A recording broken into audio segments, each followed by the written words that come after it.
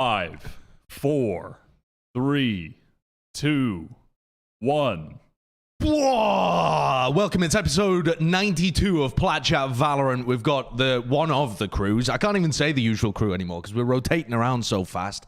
Bren was supposed to be here, but he decided he liked Overwatch better. Yeah, Riot. Have a look at that. And also, just shove my co-caster under the bus. I'm really actually trying to cast with some other people recently. Jesus Christ. Anyway, the most important thing today is that, number one, we're doing this episode live. This is the first time that we've done the Plat Chat Valorant show live. So if you're in the chat, woo, hello. If you're watching the VOD, yeah, that's just normal for you, basically. And the other part to this is, it's Kurt's birthday. It's the special birthday episode. Little birthday episode for Kurt. So if you're out there, whether you're watching the VOD, or you're live in the chat, spam a little Peepo birthday or whatever the hell it is. Yeah, a little birthday cake emoji. Yeah, there's probably Peepo birthday. What is there is a frog birthday one, isn't there? Feels birthday man. Yeah, Feels birthday man. Yeah. It's when every like fucking like Zoomer on Twitter posts, it's like 16. Feels birthday man. Smile emoji. This one's different. Whoa. That one's the awesome. Standard one. Which one is this? Feels birthday man's very sad. It's like, oh god, another year on Earth kind of vibes. Yeah. Whereas, you know, it's my birthday and I have to produce a Valorant podcast. That's Feels birthday. Yeah, I mean, man. that one is just youthful, joyous whimsy. Just got some new Hot Wheels for my birthday that I'm about to open. This is awesome. Do you remember? I like that one. Do you remember a particular present from your childhood that made you pog out of control as a kid? Pog out of control. I mean, just like your jaw hurts from one. I got a rumble pack for my N64. And you put it into the controller, and then it would vibrate. That shit was crazy. You're such a boomer. You're such a boomer. That's insane. I was just gonna pretend like, oh, dude, yeah, I know what that is.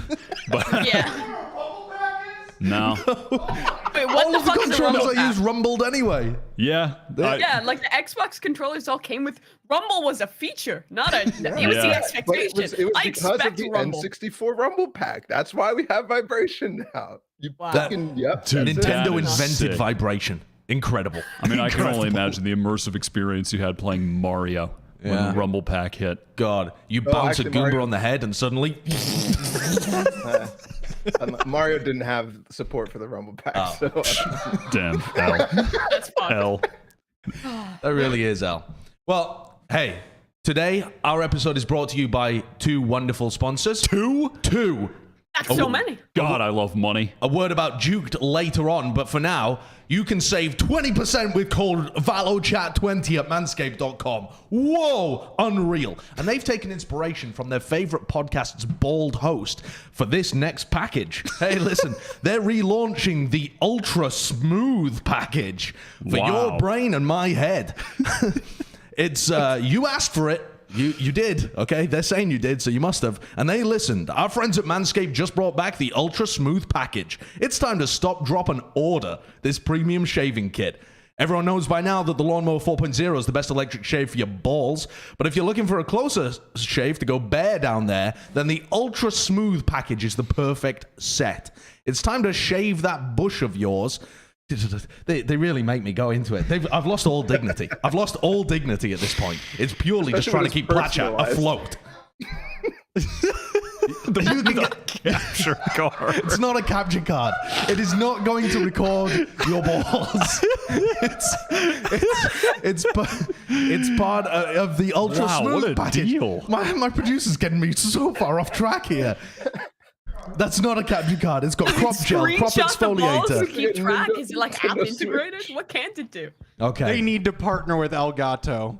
I'm saying it right now. That'd be the best capture card ever. You can save 20% and get free shipping if you use code VALOCHAT20 at manscaped.com. There you go. That's the Manscaped portion of the show. That's it. That's the ad. That's it. That's the ad. Back to your regularly scheduled Valorant discussion. To start with, the devs have made people very angry today, or not today even, earlier this week.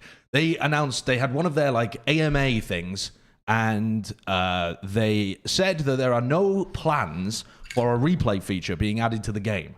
And this was widely regarded as a bad idea and has made people very, very angry. So then they followed up being like, oh, we'll communicate better in the future. But honestly, I think their communication is still fairly good. It's just that people didn't like what they said. So what do you think about this idea overall? Balla, I want to start with you because you have been one of the biggest proponents of having a package like this actually in the game. Yeah. I mean, it's just sad. Every other attack FPS, I think that at least that I've played, has had a replay system, and it's been pivotal to like learning and having fun with the game and just in general content as well. So it limits a whole, I don't know, segment of content and also reduces people's enjoyment in the long term. I think it's just really bad that they're not deciding to go for it. Yeah, I think like at least on my Twitter, everyone's like, this is an esports issue. The pro players can't review. People like us who are fucking nerds about the game can't review VODs easily. And sure, that is a shame. But I think it's also like, this isn't like a niche feature just for the giga nerds. It's something if you're a content creator, if you're someone who likes to make montages, if you're just a player and you want to look back at a sick clip with your friends, maybe your PC can't run the video shadow play, something like that. It really gives something for everyone. So it is just kind of sad if it doesn't happen. The wording that they used was, sorry, Kurt, if you could pull that up again. The specific wording was quite interesting because it said that it was like they didn't think it had a large enough benefit for the big player base or something like that. Yeah.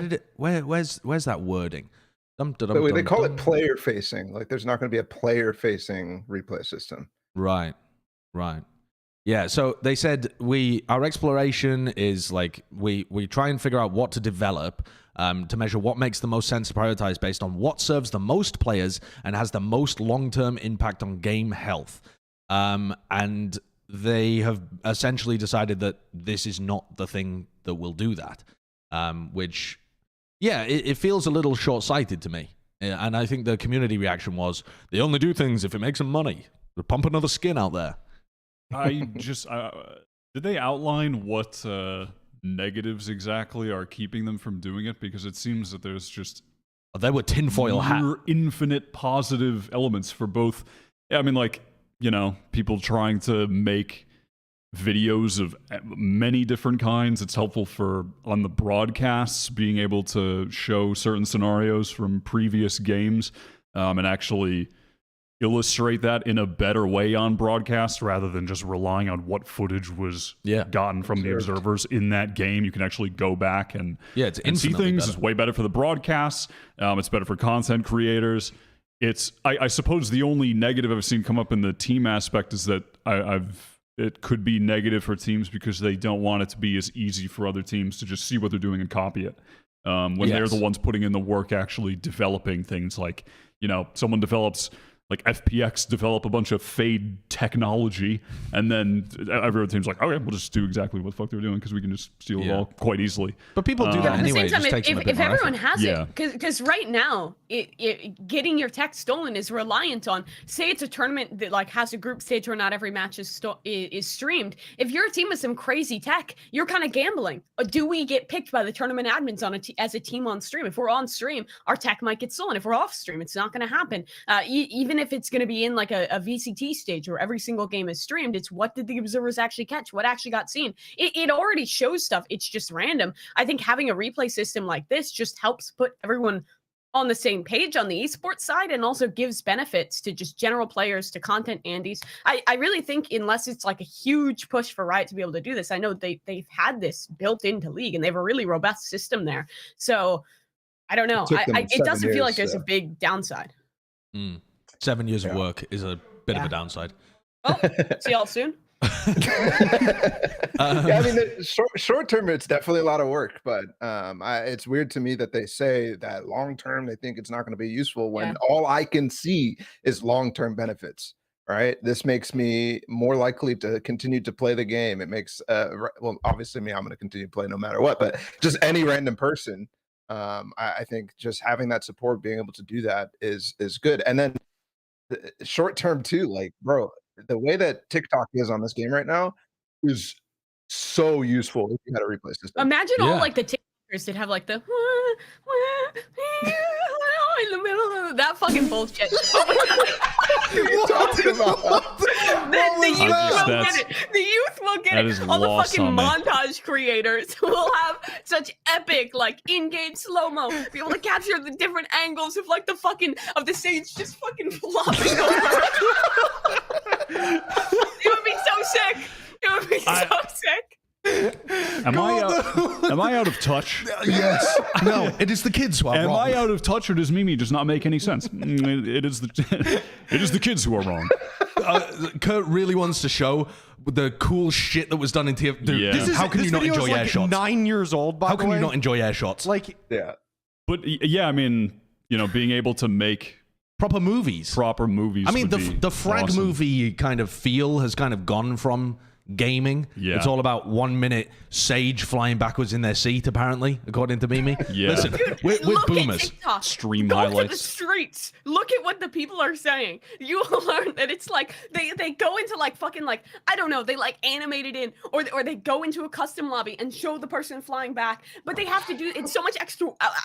I'm just here for the montages, man. I'm just trying to help out. Okay, I I know appreciate it is that. actually so b-boomer. Like, well, what about the frag movies? When in reality, it's like, yeah, I mean, this is, the real views are on CryoCell's TikTok, where he's showing his crosshairs that he used to get to #1 Radiant or whatever. Like that's, Kurt, you're saying, look how shit this is, but you're also looking at TikTok on PC, which is like... This is literally the equivalent of the fucking iPad baby, but 10 times worse. It's like I'm fucking holding up the tweet on my iPad. No, I'm scrolling TikTok with a mouse wheel. So one of the devs did reply to this as well. They reacted to some of the feedback, and they just said essentially the lesson that they seemed to take away from it was that they just hadn't communicated enough cool stuff that's coming up. They said a lot of our communication recently just seems to be kind of excuses for why we're not doing what the community's asking for, rather than, hey, we're not doing this because we're working on this other really cool shit over here. So that was what they had taken away from it and decided to do in the future is, if they can't provide something, explain why, but not make it seem like an excuse. Also follow up with, but we're also making this really like cool stuff over here that, is taking our resources away. But I think that a little bit misses the point of just why people want this system. Yeah, I mean, that goes without saying, is they're not doing it because they're working on something else. I mean, hopefully, right? This is a living game where they continuously are updating it. So I think that should go without saying. But I think the thing that they're missing too is that a lot of people are just not going to get excited about the things that they're working on outside of new maps, new agents, and balance. Because like the player behavior stuff, I love that. That's behind the scenes, and it's great. But it's also not something that I'm gonna like. People are gonna see in general. They're just gonna have a better experience. The And Clash who's system, they've said they're working on, which should get people fairly excited true. as well. yeah, Yeah. Clash Well, system is cool. I mean, Very the pause. secret Portugal map with the trains. It's like CP Freight. What? All right, Am I out of the loop here? What the hell are you talking about? these guys are out of the loop. Wyatt's got an I'm aware inside of the track to the secrets. new maps that are being made, apparently. Time You haven't for... seen any of the leaks? What's all right? I No, I haven't, seen any of Sky the- I haven't seen any of the leaks. No, what? Oh, wow. What? I mean, no, You it's haven't all seen right. the We can't aquarium? all have the inside. We don't all have connections like No. Do that. you not see That's all right. Omen Topus? I mean, What? I've seen the conversation around the Omen being a squid or No, something. yeah. Yeah. there was literally a A picture what? of squid. Yeah, look. Oh, yeah. Something An special's aquarium. bubbling up in Valorant. Get ready for Was aquarium. this not week. just the leak for the skin? Was this not just the No, teaser for the this skin? is That's definitely aquarium week. But also There's a look- whole week of nautical fun. Look at the Wait, look are at we its tentacles. Is this like Shark Week? The tentacles look like Omen, kind of. They look like his eyes. They Dude, do. How do you know the difference between types They of look tentacles? like his eyes. Yeah, the squid tentacles look like his eyes. No? So I I think mean, they do. Squid's I eyes thought look like his eyes? I honestly thought the octopus thing was just a meme that Sean Garris brought up on our show one time, and we kept running with. But it's actually No, it's real. No, it's a thing. It's real. It's Yeah. a thing. People want it. It's People real. think it. Anyway, let's talk fish. We're on this topic anyway. Let's talk fish. It's time for a skin review because the aquarium week is kicking off with some questionable skins. I've heard some really, really polarizing views on this. So time for us to solve it once and for all. Skin review, baby. Pick up Yep. the Neptune bundle, which, no, it's the fish bundle. It's got fish inside your gun. It doesn't seem safe for the fish, But listen, we don't care about fish on this show. Listen, I think the anchor is kind of cheeky. You know what I mean? I like that. I like it a little bit. I kind of like the. It's like Nautilus from the hit game League of Legends. Sure. I don't know. I mean, like I know zero. It's like Tide about Hunter from the hit game Dota 2.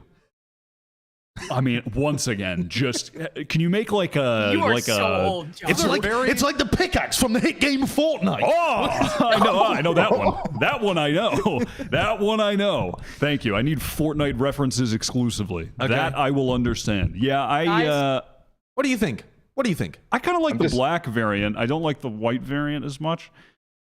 But I kind of like it actually. I'm gonna say it.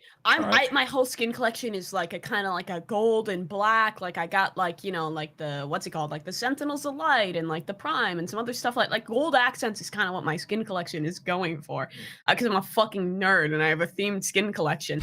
And I'm gonna say it. I think the fish is a cop. I mean, what's not to like? Cool colors, fish. The sound is meaty. I'm copping it, but I'm only copping the Vandal. I think the anchor's kind of mid. I'm just disappointed it's not a SpongeBob SquarePants collaboration. Like, what the fuck is this? That would have Should have been. That would have hit hard. They don't have a sponge in there anywhere. There's no sponges at all. No. Oh, there is Patrick. I saw Patrick. But I mean, that's just a starfish. Whoa. They don't own the copyright for all starfish. Newsflash, Josh. Patrick is a starfish. What do you think, Wyatt? Drop.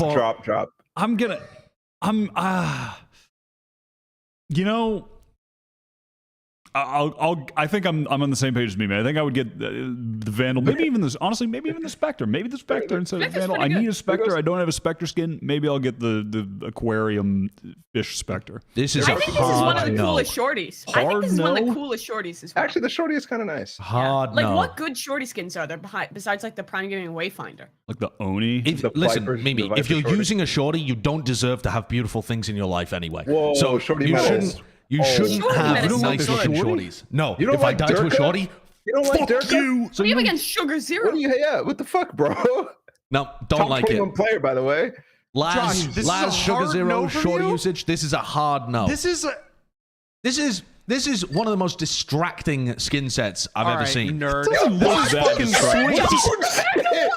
have a fucking dragon in your hand, and a fish tank is more distracting than a dragon that's wiggling around, Josh. How is dragons? Okay, here's the reason. Dragons put me on edge. I sense fear from them, and therefore senses are attuned. When I look at a tank of fish, it lulls me into a zen state. I can't focus. My reaction times are going to be doubled. There's no way I can game while looking at a fish tank. It's just not happening. Is it like a baby sensory video to you? Exactly. Like, you see the fish and you're just like, woo! There's no way that it's any more distracting than you using the comic book skins and the whap kapow comes up every time you shoot. There's no way that's any. There's like just a little bit of water squirting out of it. It's not really that distracting. There's a little bit of water. The fishes are sitting there, and that's about it. You're dripping actually when you use the skin, huh? Yeah.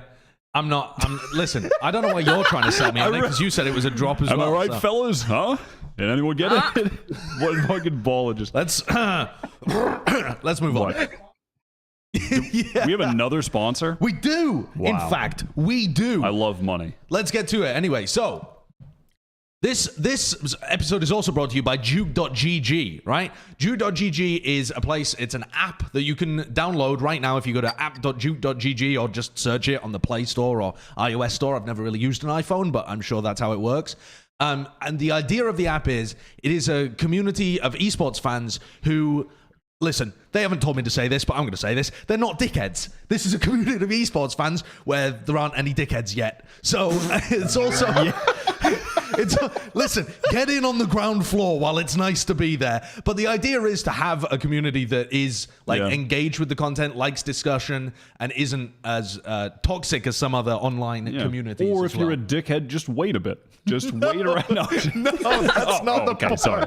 Oh, okay. No. Well, I mean, I'm starting to get more users on, Josh. But they have like mobile phone verification as well, so people aren't just making all sorts of alt accounts and just spamming down with Sentinels. You have to verify yourself. Exactly. A big brother. Exactly.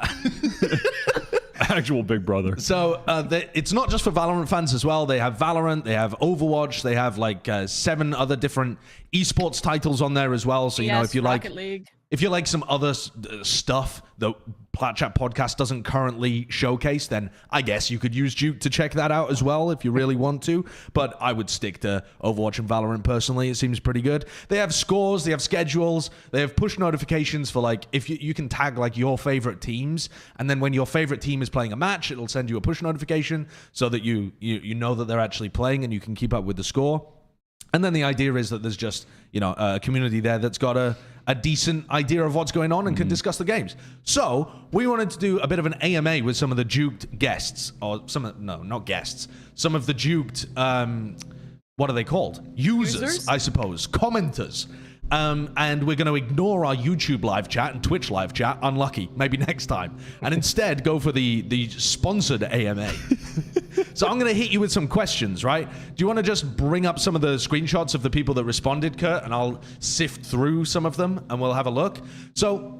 I'm not going to go through all of them as well. I'm not going to... But, I mean, by the way, the Plat Chat compound is just getting lawn... The lawn is being mowed right now. The Plat Chat compound. The lawn is being They've suddenly mowed. shown up and the lawn is being trimmed. I don't know if that's coming through at all. Kind of sounds like a tornado out here. It might. If they run over the fence that got knocked down last night, you'll definitely hear that. Yeah, that'd be fun. So, that'd be exciting. If you could bring up those screenshots, Kurt, I'll have a scroll through because I picked out a couple that I wanted to look at.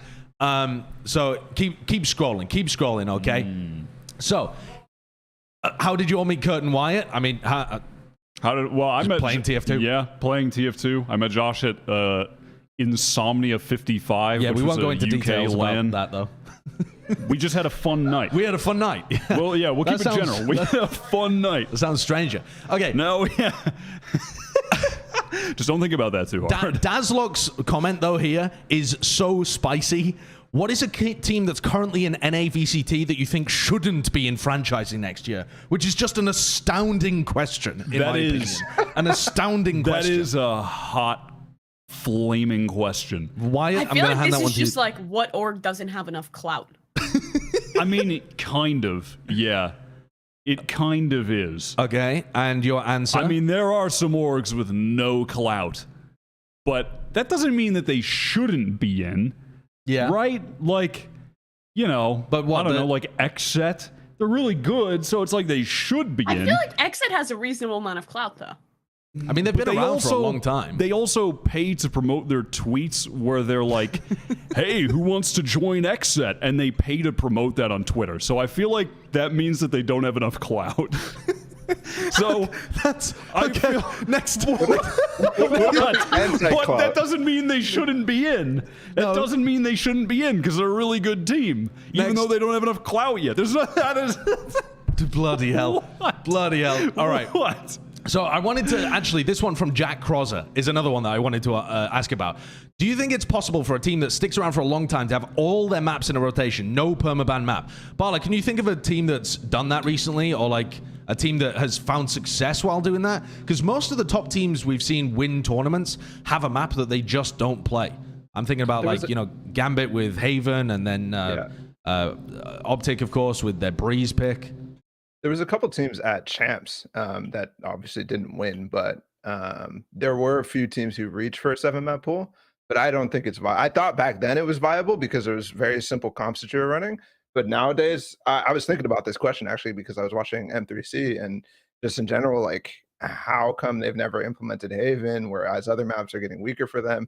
Like, I think it's just too hard. You have to constantly innovate. You have to constantly have good maps against all the different variations of comps.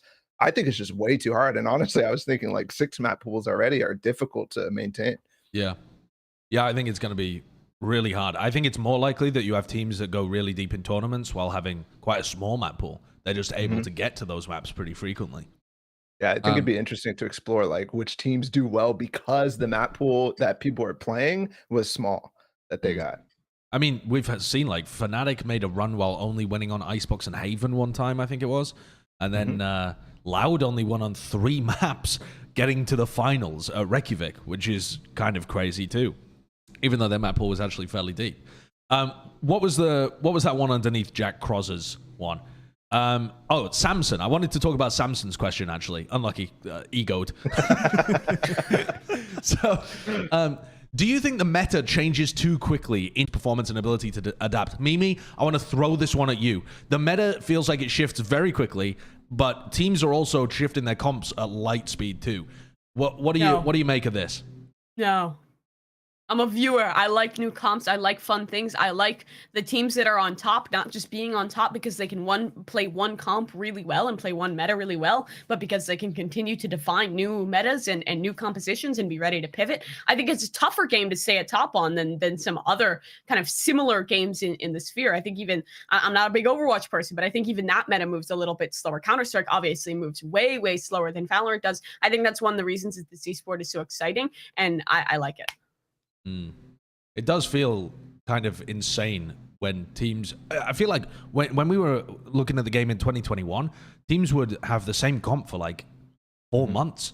And now it feels like they have the same comp for 2 matches. These motherfuckers were playing Phoenix for like a year and a half. I mean, that shit was crazy. The meta is shifting quite quickly at the moment, though. And it's also because I think we've arrived at a point where a lot of the agents are kind of evenly balanced, especially the initiators. There's just so many good initiators, you know? There's a lot of variation to be had. Yeah. Do you, the question that I done a world as well was like, do you think Fade is good? Did you see Angel's tweet where Angel tweeted, why would you be playing Sova when Fade is so much better? Or he said like Fade is better than Sova is better than Sky, something like that. I think he was talking about how Sky was shit, basically. Do you agree with the take? I fed in my Sky games last night, and I was trying desperately to get Mike to justify it by agreeing with the take, and he was like, "No, Sky's good. You're just shit." I do think Fade is really good, but I think in some cases she looks really good right now because teams aren't set up to counter her as teams are with Sova. Like when you're playing against the Sova, you expect certain drones to come out 99.9% of the time, and you just have a guy with his crosshair already aiming and where the dart is about to arrive. Like that kind of stuff is just not the case with Fade right now. So like you'll see like the haunts get like tons of value, whereas a recon there would have been someone just waiting on the angle for the drone, you know, or for the recon, sorry, to break it. I think a lot of people might think that Fade is shit right now watching all the teams playing her. And I think that's just because the players playing her right now are shit. Okay. Hot take. Why? Back it up. Justify.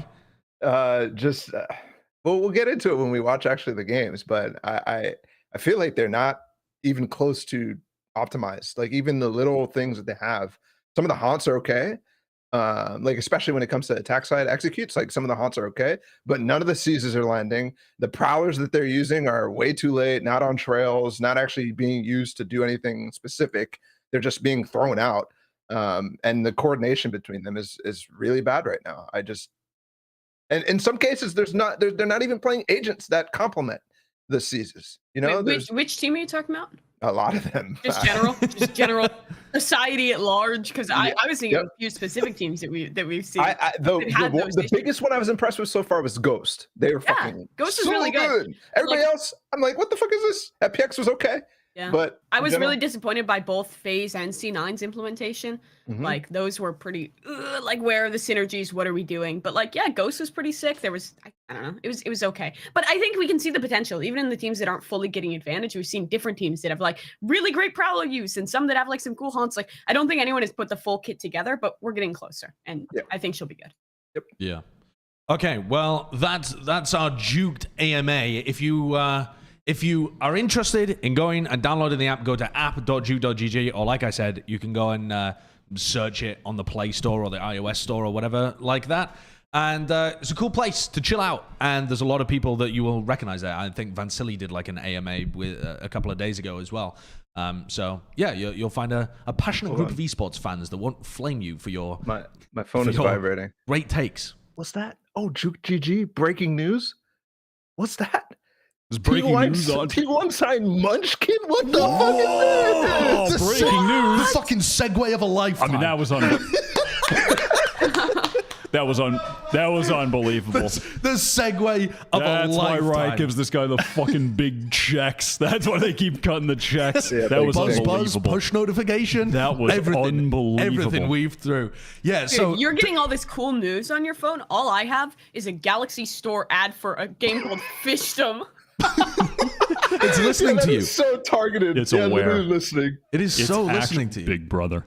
They are aware. About 45 minutes ago, Munchkin was signed to T1. And just before we begin, fuck you, T1. We're live today. You can't slide this past us. If we were doing a recorded episode, we would have missed this completely. But we're live. You can't sneak things past us on a Wednesday anymore. We can get the breaking news, and it's actually breaking. What the hell is this?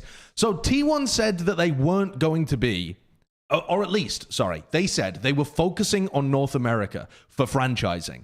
And they seem like the kind of org that should be involved in NA franchising, even though their team hasn't been doing too well. But now they have a Korean head coach, a Korean player that's been playing in North America for a long time, and now another Korean player that has previously played in North America for a decent amount of time, and played on some like mixed language teams as well, not just pure Korean teams in his time in the Overwatch League. So it's... It definitely seems to indicate that they are primed for a move to Korea, and yet they still saying they want to stay in NA.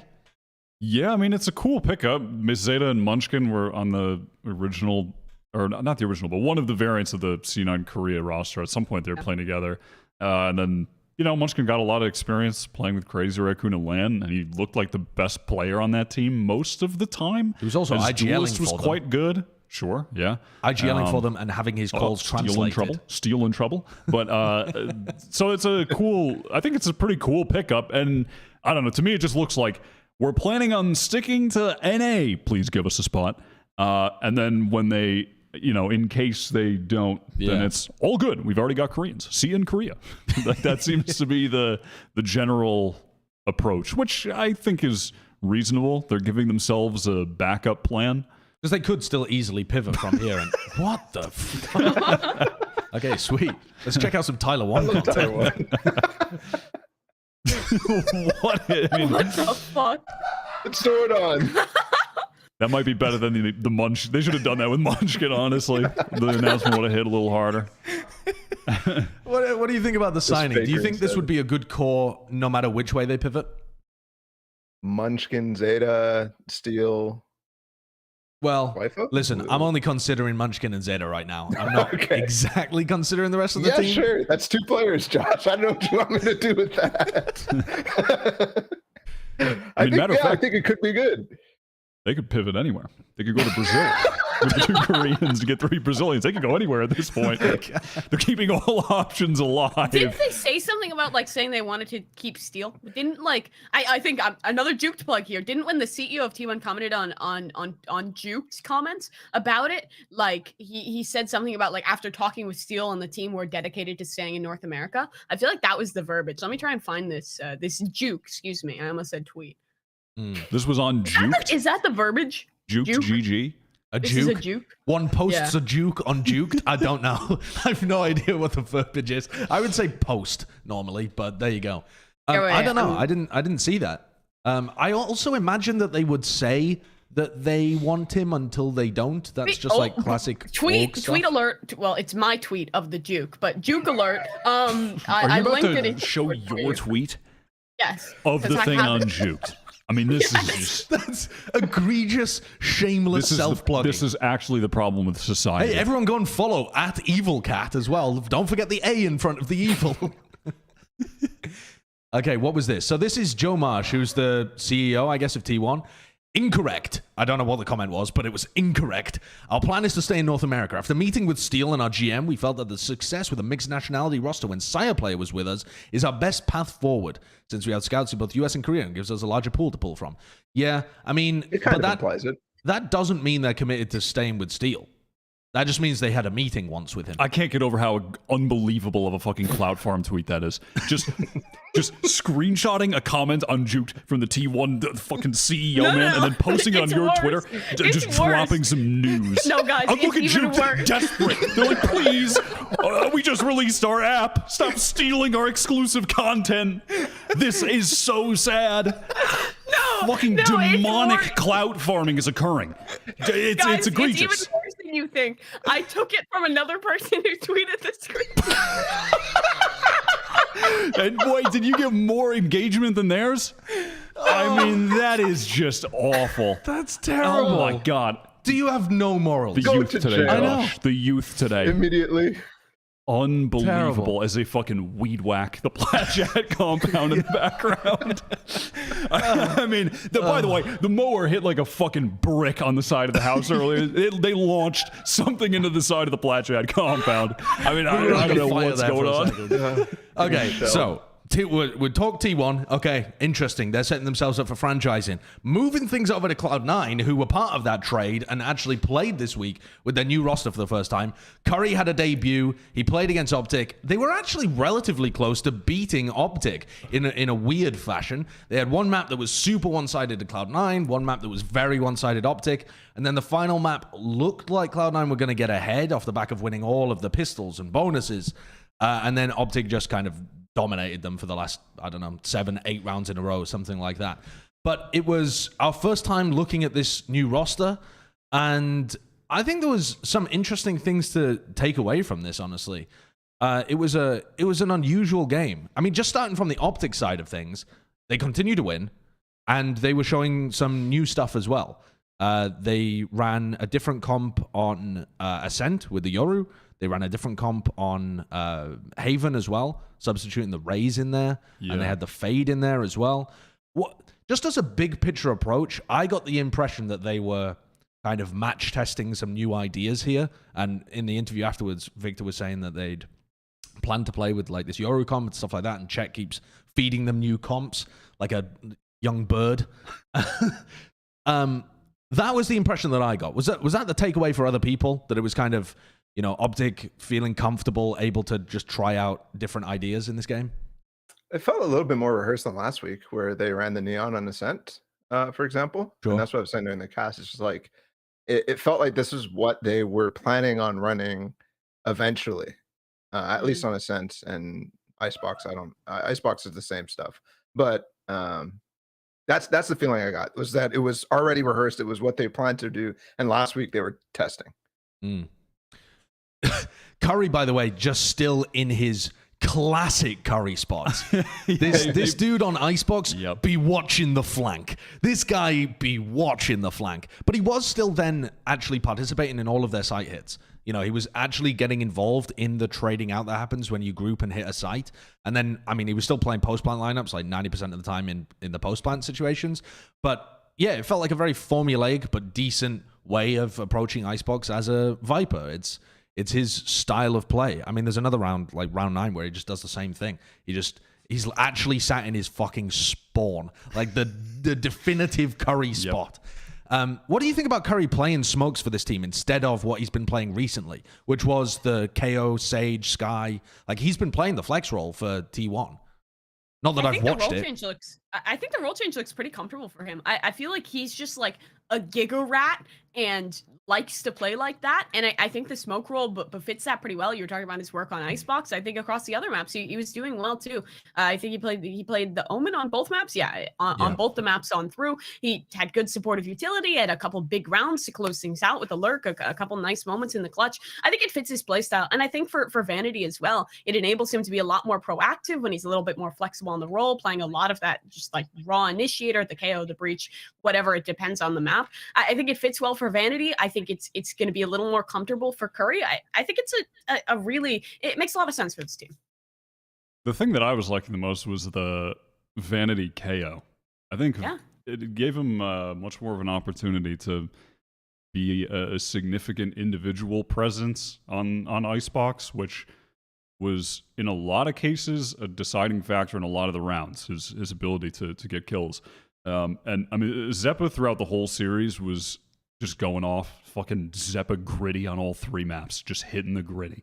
And then I do think on Ascent, though, I would be interested to see Cloud9 play something a bit more similar to this Icebox, essentially, because it was on Ascent where Vanity started playing the Sova, which is where I think you see the biggest difference from not having Zeta. But I feel like on that map, I kind of wanted to see, like, well, I mean, and then Zeppa went to KO for that. Like, I kind of be interested in seeing just keep Zeppa on Fade, because his Fade was really nice on Icebox. If they can put the work into having him play the Fade on Ascent and then have Vanity be the KO there, I think that could be an interesting little switch up for that map, because I really liked what they were doing with the Fade on Icebox. I think in regards to Icebox specifically, I think their Fade on that map looked more impactful than the other Fade gameplay that I've seen on that map. So I like what OpTic were doing on map 2. I thought that this was like a really interesting use of the Yoru that made a lot of sense. They were doing this play down mid where they TP close mid, they throw the clone down mid, they break the trademark. And what this was doing throughout the attack half for OpTic, Cloud9 were playing more and more and more players in mid. They had 2 players and a trademark in mid. They had 3 players in mid one round. They always had a player there. They're really heavily trying to counter the Yoru. And in the end, I mean, Victor here is like, I think they were trying to make some kind of a play. They didn't really punish the tree player too much there. I think there's potential that you could really get like much more pressure on that guy with the Yoru ult. But they end up winning this round. And the overall, in some of the later rounds, they started running like a fake TP into mid and found a lot of success being able to open up the sites because Cloud9 were just so focused on mid fights. It's fucking weed whacker. I don't know if you have any clips of it from this game, Josh, but also their straight up executes were well drilled and quite cool how they were using the Yoru on A to just like send the TP over to front Dice. Yeah. And he would come out of the TP there and kind of have that cover, and then he'd be able to swing around Dice and like punish a player back there. They also had Marv TPing to Generator. If you look at round 8, Kurt, there was an exec on A where they do the same thing there, which is interesting. And I thought very cool. There were 2 teams that we've seen recently experiment with Yoru. We saw FPX try it on Fracture, and we've seen OpTic try it here on Ascent. And I liked the general understanding from OpTic much more than FPX's. I think FPX's had a couple of cool ideas, but there was more to it here for OpTic, I think. This was just like the ultimate lives of based composition for OpTic. I think on the attacking side, just combining the Yoru, which is the pure amount of flashes they had, was great. And I think substituting that Fade in lieu of a Silva that you'd more traditionally see on this map was really working for them. They were well rehearsed. They had good positions with the Haunt, and since the flashes were already so good on the executes, it paired really well, and I think it got value the majority of the time. So many rounds, Cloud9 was just forced to play retake and wasn't really able to do so efficiently because OpTic even had so much utility left in towards the post plan to continue to press on forward. Once we got on over to their defensive side, we didn't obviously get to see quite as much of it because it was a pretty one-sided map, but we still saw a lot of just kind of contesting main, applying so much pressure. The Yoru allows that in similar ways to other agents would. You have the chamber in the composition as well. It just gives you a lot of options, and I doubt that Cloud9 has had to play against a composition like this before, so it was definitely a little bit of a gimmick factor on top of all that. Yeah, this was a really sick round, actually. This is one of the only times you saw the OpTic defense really functioning. And they send the clone down mid for information. And this clears out mid and allows FNS to get into a really weird position. I mean, FNS just walks down mid. He's feeling fine now, knows that there's nobody really lurking or in that position. And he tucks in to like use breach ult and stuns in this position as Victor goes in. So they've cleared out mid. He tucks in close mid. And they've got a fault line for lane that they use. Victor goes in, TP's in, ults through B main, clears out B main. Like, they've clearly put a huge amount of thought into how they want to execute this kind of stuff. And FNS's breach is looking clean as fuck. Like, everything works off the back of his stuns and flashes and everything. It's kind of beautiful. Actually, my NA representative. Yeah. I mean, straight off the back of winning Iceland, into the laboratory. No time off. Just right back into the lab, cooking up new shit, continuing to do what won them Iceland in my mind, which is, you know, kind of be the leader of the meta and push the meta forward themselves, continue to develop new comps and ideas that are working and winning. And then also, when it really comes down to it and it fucking matters and they're losing on Haven and they're about to go down, they have Ye and Victor just going crazy at the end of that game. And I mean, a lot of that too is just great defensive setups on the end at the end of Haven. Like constantly mixing up those two guys' positioning, like Ye pushing on different aggressive angles every round. Victor playing a ton of cheeky positions where he's satcheling on boxes and shit like that. But those two guys just go crazy at the end of the game. It's like, right, yeah. Also, they have Ye, and he's just the best player in NA right now, like without a doubt. I mean, he's just too good. Leaf had so many first deaths in this series, and I think he had like I can't remember what it was, like 7 first deaths or something. It was a huge amount anyway. And a lot of it was 19. just their utility being cap for him to fight off at the beginning of these rounds. And so he was just caught on his own so often. I mean, there's another example at round 21 as well, Kurt, if you want to go over to that, where he takes A long control. He was doing like these double blast packs past a seize nade combo that was happening in A lobby. So they'd countered the first step of OpTic's defense. But when they actually sight it, look, he goes for the blast pack, doesn't get caught by the seize and the nade, starts to scale up, gets inside this. I mean, he's really aggressive, pushing up. And this we thought at the time was like a sick flick, but actually Leafs just got util in his hands just as the smoke drops here. They find the worst timing possible to go for this like exec. They're all throwing their utility all at the same time, but they're not actually posted on the angles. They don't have any control over that sight line. They're just kind of stood in it, and as soon as the smoke dissipates, they're just kind of util in their hands like, oop, caught out. And Leaf tries to go back to his rifle at the right time, and that was ruining C9. If you just look at the VLR page, they won pistol bonus on both of the halves, and that was 80% of the rounds that they won. Just we win pistol, we win bonus, actually. And that's it. They didn't win basically any other rounds. So when guns are in hands, they just got smoked. And so I think when I was watching this, I was like, okay, yeah, that round 15 where Curry, Mitch tells Curry to smoke off the trademark, and Mitch gets in and makes a huge play. That's amazing. But then there was nothing for the whole of the rest of the half. Not a thing that worked. Not a scrap. Their coordination, their timing, their spacing was all so much worse than the last time that we'd seen Cloud9 in stage 1. Which my takeaway on the desk was, I am not sure whether I like this move. I feel like it's messed with their teamwork aspect of it. I'm not confident that Vanity Sova is going to be good enough to replace it. Does that mean Zeppa has to play full-time Fade? And then you've got Vanity playing like the KO kind of picks? That takes away one of the big aspects of like Zeppa's rifling being insane for the team. I don't know. Yeah. I was left with a very wonky feel of Cloud9, despite the fact that they genuinely could have won this series. Like they were actually, only a few rounds away from winning, but I came away with a bad feeling about C9. Mm-hmm. Same. It feels like what you're talking about teamwork. Zeta to me brought a lot of awareness and was one of the few players on this team that would consistently not make int plays. And for Cloud9, those plays sometimes are really good because they just have good players, and also they just understand timing really well. But and that you could actually see on Icebox, for example, where they stomped, was them making timing plays up tube, just like Leaf walking up or Mitch walking up, just a lot of stuff like that.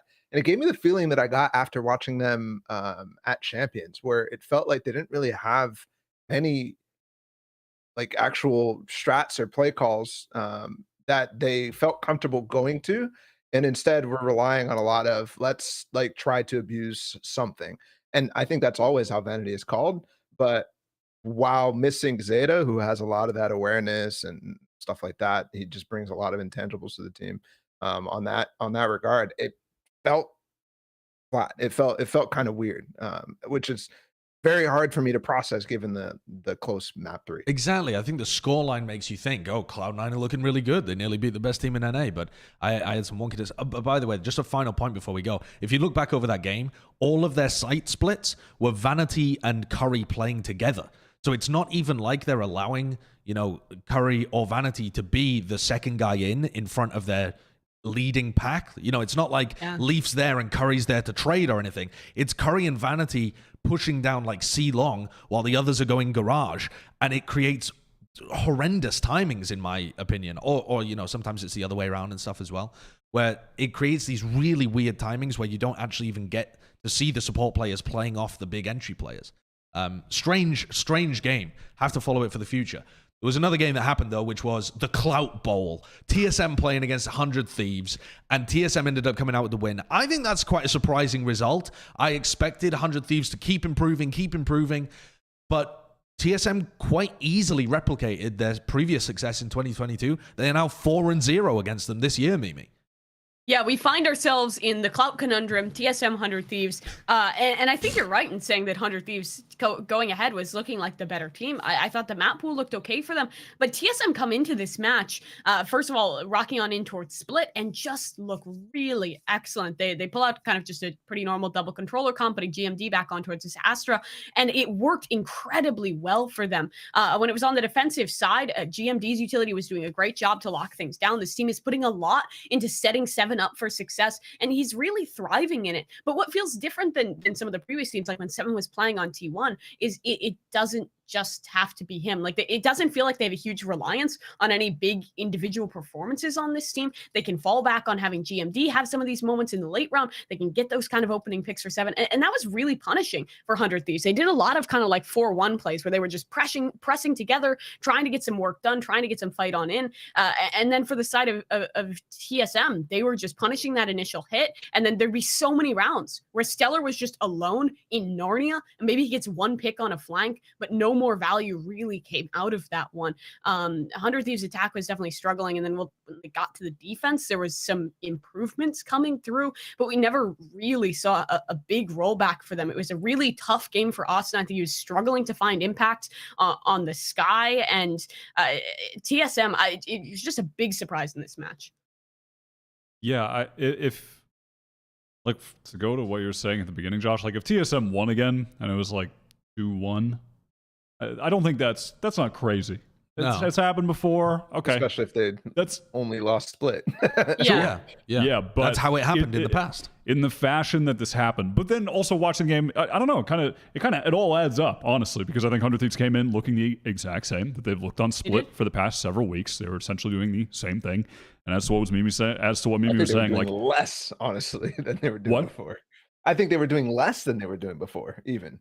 Sure, but the general approach... I think a lot of that was because TSM was just kind of 100 Thieves was playing a lot of similar rounds, and TSM was just ready for it and punished. Like, look at this round. There was just no one's watching this area of the map. and literally, TSM gets all the way into spawn. Like, Stellar should have a cam. Stellar should have a trip. Something should be here to watch. He did have a trip at the beginning of the round, and they just walked up, broke it, and flanked. Most of the time, it's either just... Yeah, like, if there's not pressure on a ramp... It's either just Stellar there watching for a bit, or Stellar is working back towards mid because they're splitting B 4-1 with Stellar delay heaven. Yeah. And like those plays that were working more often for 100 Thieves in the past few weeks were just getting punished by TSM in this game. And then I think when it went to the second map, Haven is just so near the bottom of 100 Thieves pool. They just looked... Yeah. I mean, they just they had to win on Split, right? Like, yeah, they have to win Split. Yeah, and they just have to win Split. If you look at the history, they really should have, because TSM have never been great on this map with this current iteration. They've always been whacked on it, but this was just so much better. I think the role swaps are so good for TSM. I mean, I wouldn't have thought about it initially, putting Corey on Chamber and having 7 entry, but to me, that makes... I think the Sabrosa GMD swaps are also good, but the 7 Corey swaps are so fucking effective. And especially on Haven, every time Corey had an op in his hand, he's insane. It seems like as long as 7 is creating the space, you've got GMD able to follow up, Sabrosa able to follow up, and Corey able to follow up. And all of them feel comfortable in their roles, and Corey in particular just seems like on Chamber, all he has to rely on is just he gets in a position, hits his shot, repositions, hits another shot. It feels... simplistic for him. When you watch him play, it feels like it's just too easy for this guy. Like he's having crazy impact. And 7 was decent on Chamber, but Corey feels like he's got the potential to be seriously nasty, like a top Chamber in North America, I think. On this map in particular, this was just like 7 absolutely booming them. There were so many rounds on the attacking side with this Neon where he just got in and stayed alive for a ridiculous amount of time. And I think that's probably why Corey was like just having such an easy time, because it just flash, 7's going to go and do some dumb shit inside of the site. And Corey's just going to hit 3 shots. They win the round every time. Yeah, the 7 Neon was... I mean, Corey's stats at the end of this game were crazy, and he was a huge reason they won. But the 7 Neon was actually just unironically, just he was the space creator. Yeah, he was creating space, but it was round-winning levels of space because he would just be in like even on the retakes on defense. He would just fucking peepo run in, and they couldn't kill him, and he was just zooming around, and it would take them ages to deal with him, or they just couldn't. You would just be spamming out utility. They wouldn't be able to deal with him, and then you have like GMD running in behind, Sabrosa running in behind. Gotta say, Sabrosa not overheating in this iteration of TSM is. Yes, you finally cracked it. You fucking got it. You've actually been able to harness all of the good stuff from your game and remove the feeding tendencies. And he now just looks like a solid player. Yeah, this was a very impressive win for TSM, and also much needed. I think the Group A is crazy at the moment. It really could go in any direction, and these games matter so much. TikTok. Yeah, they do. I mean, this group is impossible to call at this point, I feel, in terms of who would actually make it in the top 4. I've really, this game lowered the shit out of my 100 Thieves stocks. Like I was rating them highly because I thought they were improving week after week after week.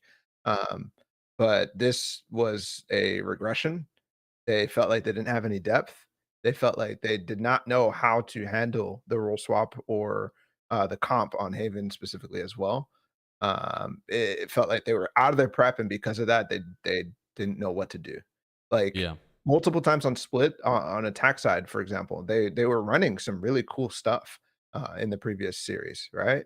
They were doing map controlling things, but this one they defaulted every single fucking round, walked up mid, broke the trip in ropes, and then went from there and tried to dry walk something. You know, it was really weird.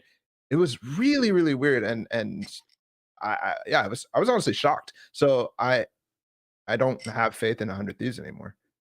So where were your stocks at? If we're doing a price graph of 100 Thieves crash this week, were you thinking about them being top 2 in their group with XSET? I thought they could get to top 2, right. And I thought they were a team that, with improvement, could make Copenhagen. Right. Now they're probably not going to make it out of groups. They're probably not going to make it out of groups. You're that low. I mean, that's an absolute like lunar crash. Like a plane crash. Well, so there was a missing segment in there, which was like what they actually were at the time, right? I said they could get top 2, which is with the improvement. If they didn't improve that much after that, back last week, I probably would have had them 3rd or 4th. Right? Sure. But like now barely making it into groups. Now you're saying they're regressing. I mean, their next, every fucking Group A is just crazy. Yeah. they have to beat, they have to play XSET, which, brutal. XSET just look like the best team in the group right now. Yeah. They should be winning that. XSET will probably win that. If 100 Thieves win, that would be pretty amazing. But then NRG Ghost. They have to beat NRG and Ghost, and NRG and Ghost both look all the teams in the group just look good. It is very tough. I see in this group, I think XSET will finish first. I think that's pretty assured thing. XSET's looking really good. They were the favorite to do it from the very beginning. For me, at this point, I think NRG is going to be my number 2 team. They've looked pretty good. Even in their loss versus XSET, they were looking strong. They're bringing some really cool ideas. Their players are just looking ridiculous. And sticking with the roster, the coordination has been really nice. I think they have a great chance. Who do they play? They play Ghost, 100 Thieves, Guard. I think all those are incredibly winnable matchups for NRG. Well, let's in fact skip ahead a little bit. We were going to save this until later, but let's talk XSET NRG here, because that was one of the games that happened this week. You've just mentioned that XSET are expected to make top of their group. I'm going to ask you a different question. Do they look like they're on track to make Copenhagen? Because XSET are one of the teams that we had a discussion, was it last week, a couple of weeks ago? Like 2 weeks ago. 2 weeks ago, I think. And I was low on them. I was like, no, they never seem like they're evolving. It's not. I sold at exactly the wrong time. Literally exactly the wrong time, because everything you said about it ended up working out. I didn't really see the role swaps happening where, Cryo moves over to Chamber, Zekken takes on much more of the entrying, but it's more than just the role changes. It's their discipline and their attack side breadth in terms of what they're doing looks really nice at the moment. And they've kind of cruised through the teams that they've played so far. And they're not bad teams. They just 2-0'd Ghost and NRG and not looked like they're too stressed doing it. They look like a good team. They do look quite good. I do wonder a bit what happened with the map pick decision from NRG. I think going bind against XSET is, I question that, given it's been historically often a pick for XSET. Yes, yeah. And at the very least at the top of their pool. So I thought that was potentially a bit odd, because then you're also going into, I think in this meta at the moment, a lot of it is based on chamber and raise. And XSET are set up perfectly in that regard with the cryo chamber, and on the maps where Zekken can play raise, they're just going to go crazy individually. Yeah.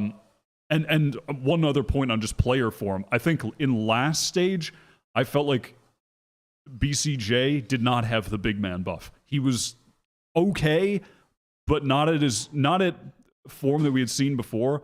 And I think BCJ is right back into, he's in top form at the moment for this squad as well. So I think that in just player form and in current meta, I think that it works for them right now.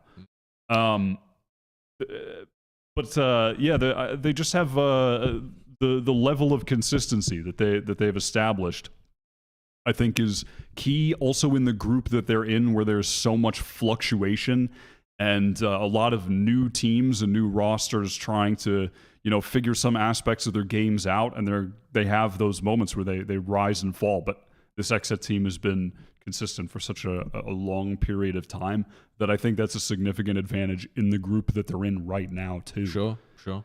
I love their approach on the attack side currently. Zekken takes space incredibly quickly whenever it's offered to him, and then they cut noise, and they just punish every attempt to gain information back. When I think NRG's approach was getting utterly dismantled by XSET, and I'm interested to see whether that follows. But look here, Zekken was pushed up in long, kills a player that's re-peaking, then they just cut noise again, and Tex goes for a walkout B long, and Zekken's in another, even more pushed up position. He's got such a good sense of when he can take space without getting punished or even taking a fight. And then they just hold, and they have incredible amounts of patience. You know what it reminded me of? It reminded me of watching Zeta Division, and the team's just struggling so much with dealing with these slow rounds from Zeta.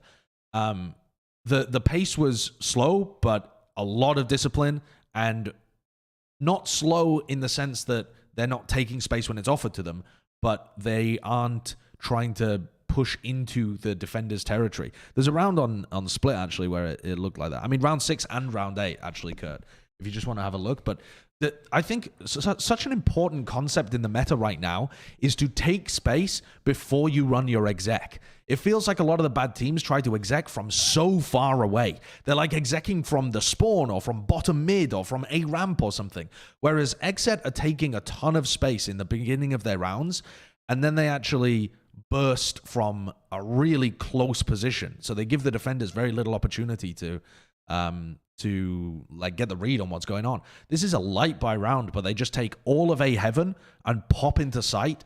And I think NRG are way too passive and give up all the info. And then they just, if they try and repush A Heaven, they're going to get boomed.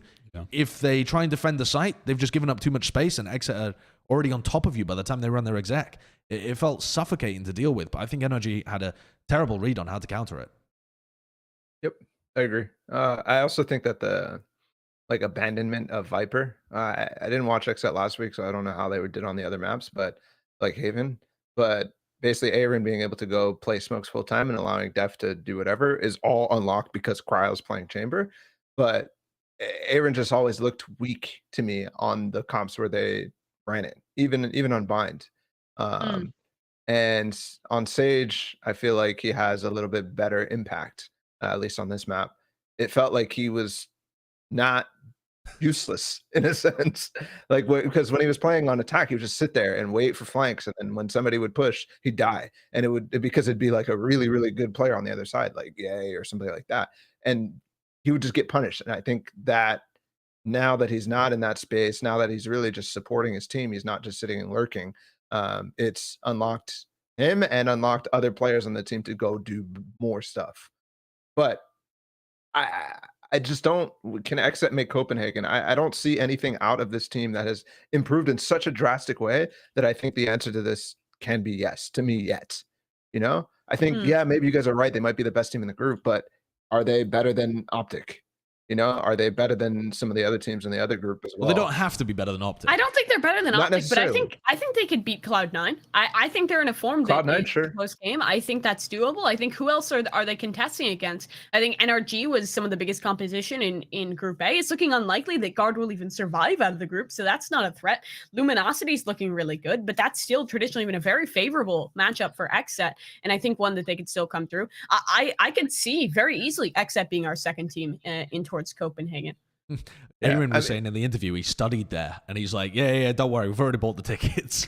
Yeah, he's going back. Maybe Aaron got the Exactly. buff. Yeah. What I love think about they have a this shot. round as well is, that Zekken takes a ramp control immediately off one of his team dying. Like, his teammate dies, Yeah. and the chamber TPs away, and he's like, okay, free space, takes a ramp, they exec on the site from a really close position to the site, and immediately pivot into a post-plant setup where Aaron can like swing off somebody's contact in heaven, and then even when this gets a little sticky, they've still got Def up in heaven they're able to play off. It just, they're making much better decisions, I think, than they ever were in stage one. I think, to me, like, you asked the question, what is the significant improvement they've made for me to feel confident they're like a Copenhagen ready team? And to me, it's that level of discipline. Because if I think back to stage one, it was like, send in Cryo and Zekken. They will run and get the first kills, and that is our game plan. And it feels like now they're much smarter in terms of how they're approaching that. At least their It's attack funny side. because I had that same exact feeling after open quals, that their decision making and discipline was way better. But it then they all let you just down. disappeared. Yes. So maybe that's why I'm like, yeah, fuck it. Like, this doesn't look that good. I mean, it could all change for playoffs. There might be a mental problem that XSET have to go through, but it feels like their biggest challenge is just going to be playoffs now, because they just look way too good for this group. Yeah, And they look Cryo's like a the fucking most freak. consistent team in their group. But yeah, and they only, I mean, they only have to get top two. I think OpTic still look like right now. OpTic look like the favorites to make it in first again. I mean, I think that's they're just on that level right now. But for number two, I think it's wide open. And When you list out all the teams like that, I'm thinking last season still. I'm like, oh, there's so many contenders. There's V1, there's Guard, there's fucking Cloud9. This time it feels like there actually isn't that many contenders outside of No. like everybody. I feel like top there's contenders just are a like shitload of teams. There Yeah. are just so many teams that are reasonably around the same level, whether it be new teams still on the rise, other, bigger teams that have made changes and are figuring things out, and it's all kind of leveled out. And then, just XSET are this fucking consistent blue collar. They show up to the Valorant factory every day and they clock in team.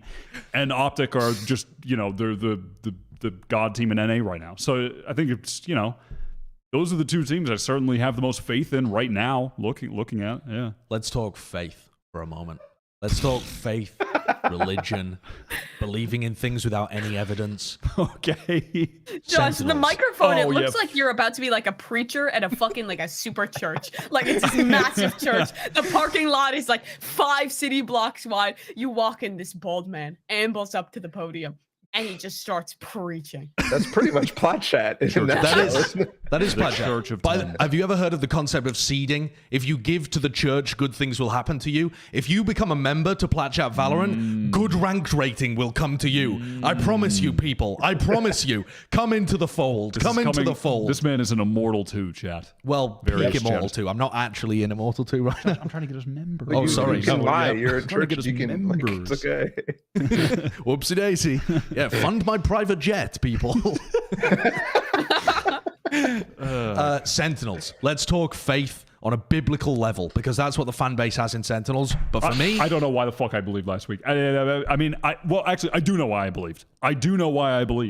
it was tens. It was tens. I believed in the ability of tens to bring them over a close photo finish against EG. And in fact, That did not occur. no. That simply did not occur. Less kills in the series than he got in one map last week.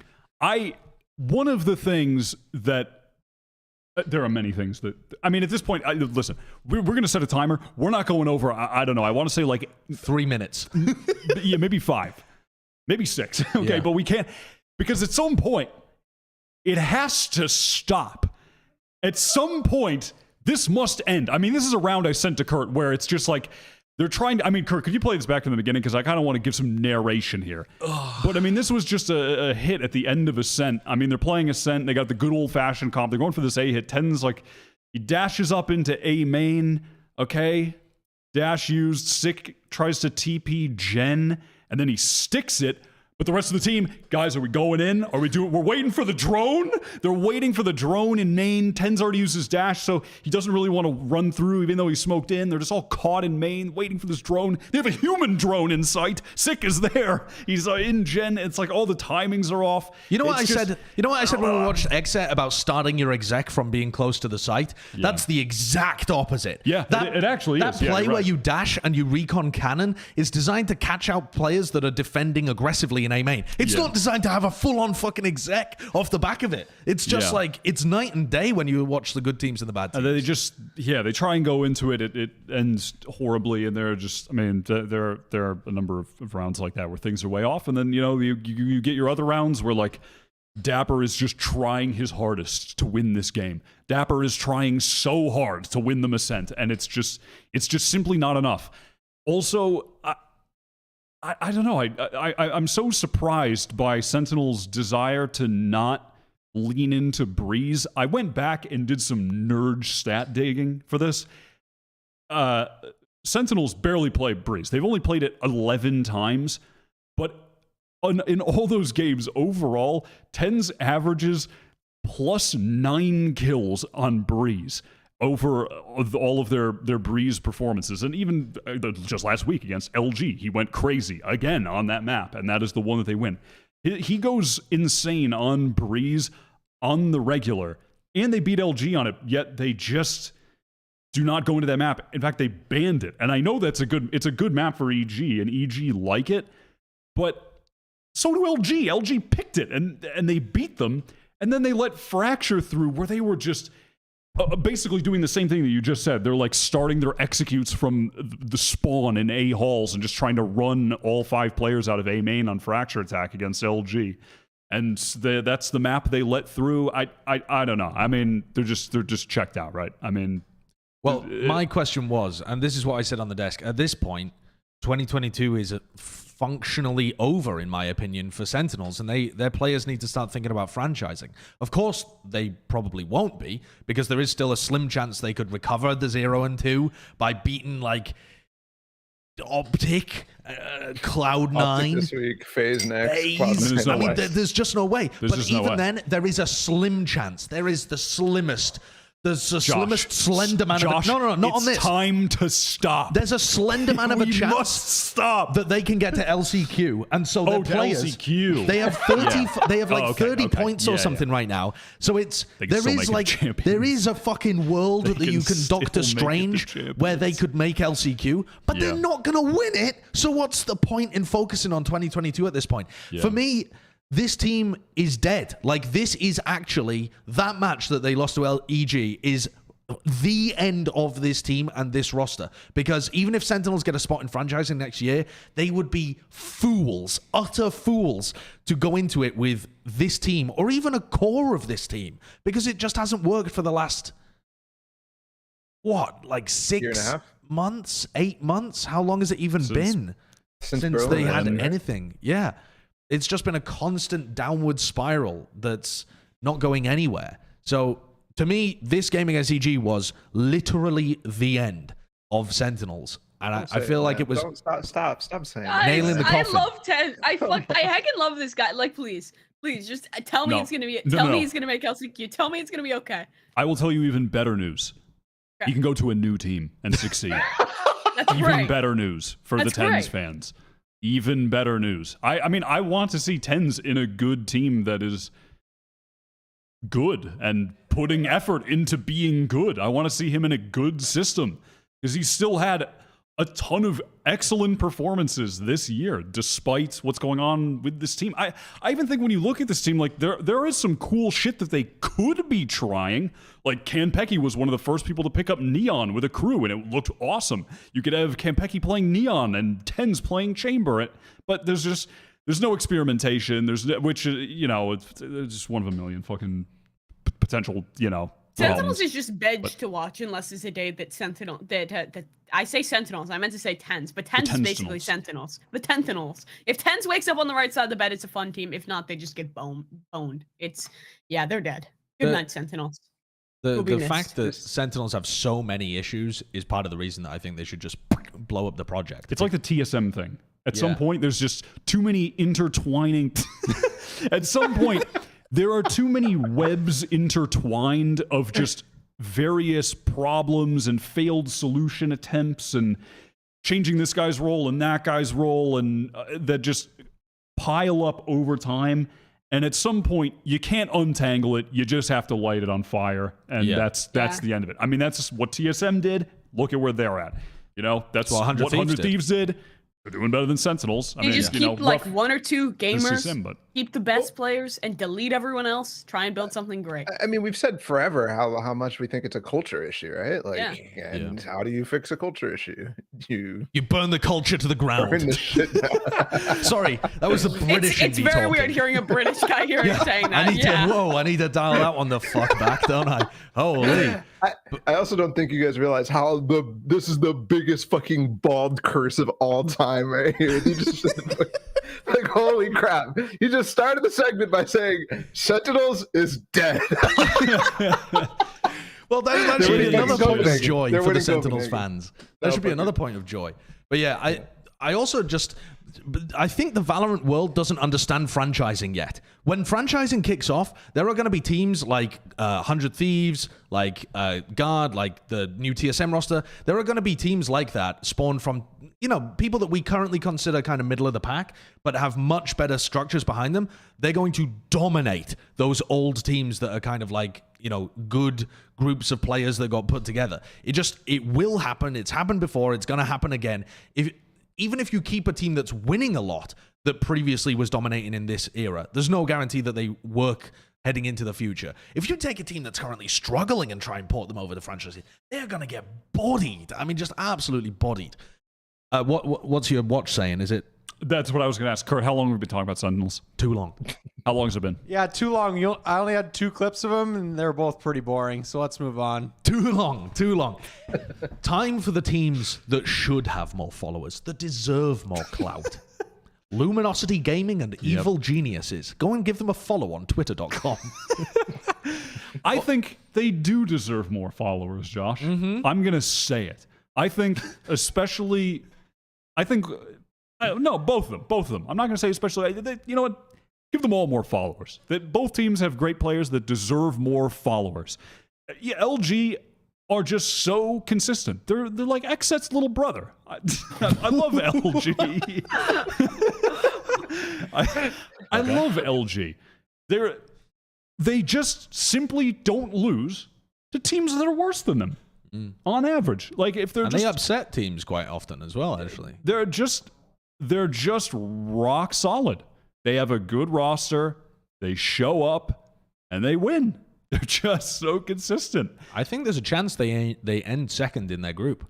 I think there's a serious chance that they could beat Cloud9 if Cloud9 are looking wonky. Well, it's 2 weeks from now, so that take might age like milk if Cloud9 really fix like the teamwork aspect and integrate their players really well, and Vanity gets really comfortable on the new role.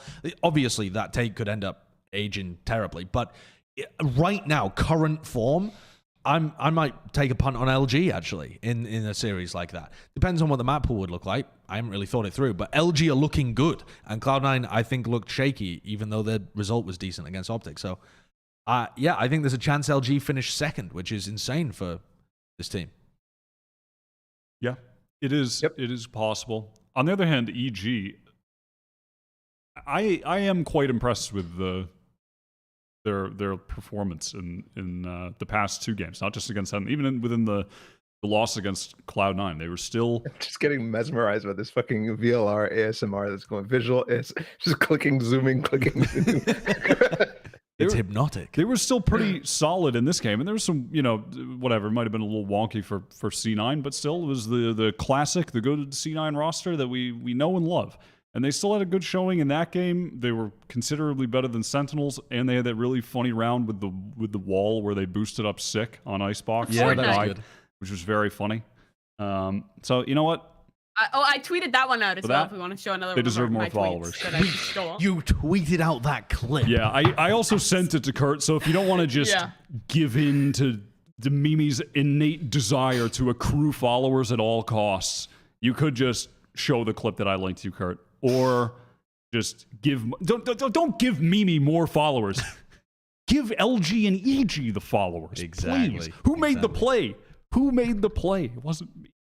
Give Evil EG the geniuses. followers, please. It was a sick play. I've never seen anyone do this Yeah, but it's before. pretty cheeky. I've never seen it done. Yeah, Sick just goes to plant, and Form just walks over and boosts him up and kills him. It's so silly. They actually were doing that even like before the plant was being used. So they were doing it just to counter the wall a lot of times too. So I'm not 100% sure that it was literally designed to do that. No, that one definitely, yeah, it definitely was. Because they were running that even before the plant noise had come down in some of the Yeah, but other rounds. it was a different wall that he was throwing. He was throwing was the it? one that was just He like was throwing it the was the wall that goes like this, not the wall that goes like this. yeah, Okay. That makes exactly. sense. Yeah. Good geometry. I hope that helps. Right, yes. They play against each other this week. Yeah. And I do think, well, we'll get to the Preds. Yeah, we'll get to the Preds later on. Okay, let's talk about the elephant in the room. We've talked about some of the 0 and 2 teams. There's another one. The Guard. Not like this. Not like this. Oh, the no. Guard are in a tragic Not situation like right now. this. They're literally in free fall. I guess they actually won a map this week, right? Which is They a better did, performance. I mean, yeah, they did win a map. They But it's did also win they on won Ascent. But they also One got map. 13-1. I mean, Yeah. on Ascent, there were just sudden flashes of last stage Guard. Like, Kurt, if you want to pull up, I think the first Guard clip that I sent you, it's just a round that encapsulates, like, just, they gave you a small little copium dosage of the old Guard for the fans to just stick around one last ride next week. Where, like, at the beginning of the round, you know, they just, I think it's on the bonus on Ascent defense, and they go for an aggressive play in main. Saya peeks, headshot straight away on the chamber. They're fighting aggressively for main. Valen trades one out. And then they eventually play out this 4v3 scenario. And when, you know, it's looking dire, it goes down to a 1v2. It's just Trent alive. A little bit of that old magic comes through. A little bit of the Guard we know and love from last stage comes through. But, like, this was suddenly, I genuinely did feel like the difference for them on Ascent was suddenly it's not just this, but the players were making plays on Ascent individually, which I have not seen the Guard players, except for like Saya in the first week, really make any big individual plays happen at any point. Also on Ascent, I think that they were being more proactive, where on Haven and Fracture, I felt like they were playing ultra passive. Ghosts were completely controlling the tempo of the game effectively at all points, constantly being the team that were finding the opening picks. But here on Ascent, the Guard were playing with a bit more early round aggression. And I think that was one of the differences that was actually setting their players up to succeed. But this is not enough for me to be excited about the Guard at the moment. Their one map win on Ascent, where when you look at Haven, I mean, Ghosts were just pulling out sick util combos on every round open that the Guard had no answer for, or it was just Koala Noob pushing up on Chamber, finding the opening pick. I mean, they just started every round 4v5. Every single round on Haven Attack, they were 4v5 at the beginning. And then I mean, if you want to pull up some of those from the Ghost section of some of those early round Haven clips, they just had some awesome util combos with, integrating the Fade with the Astra, with the Rays on this map.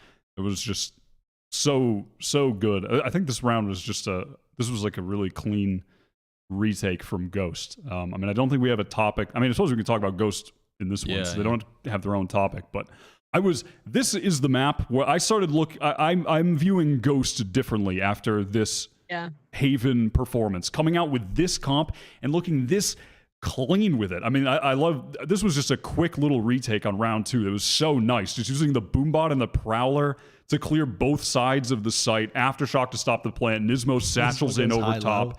It's just such a clean, fast retake. And confident, Yeah. really in their face confident. They were giving you that kind of thing in the moment, and then also, like, if you want to just show some of their set early round plays there as well, Kurt. Like, they're just immediate, into lobby. They have like the nade tether down, Nismo swings, immediate opening pick, and they start 4v5 on the bonus, and they end up losing this round. God bless Jonah P.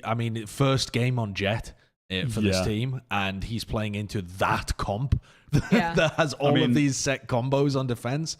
I mean, the guy just got whacked. It is just actually a nightmare scenario for that poor lad. But the Guard have won 2 maps, by the way, since April. Yikes. Yeah, I mean, they haven't played that many series, but they won 4? one. They won one map against OpTic. 7? Yeah, I think it's 4 series, right? Yeah. They've won 1 map against OpTic, and they won 1 map against Ghost. I mean, this was just awesome, comboing the tether into the grab well. My man's just Jonah P was just having a sad fucking time on this map, man. I mean, it's just so silly, but it's these little plays, and then I don't really have any clips in it, but like on some of the other rounds, it was just fucking Koala Noob was just peeking and getting crazy shots. It is just so silly, but I was blown away by Ghost on this map, in both the set pieces and the speed at which they were executing their retakes with the agents they had alive, like the resources they would have in those moments. The retakes were so fast. The utility was so good. I mean, throughout this series, the team play on Ghost is just significantly better. And I think Guard really just had some individual activation on map 2 that was the catalyst for that map being a win. It felt like an anomaly, the second map. Yeah. They used like really all did. their sauce map number 2, it felt like. Because then when we went to Fracture, it was just like literally Koala Noob just giga booming them at the start of every round. When it was like the defensive side for Ghost, this guy was just on an angle, open and kill every time.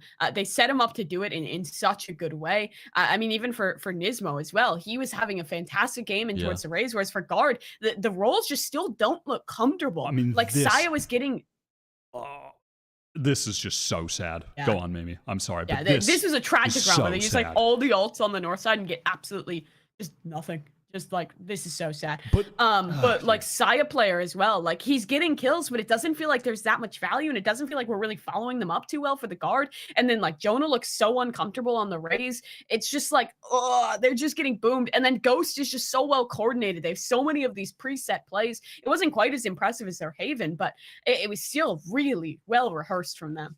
I simply cannot get behind this role swap at all for Guard. I think it's bad. A major miss for them that might just cost their entire chances in stage 2.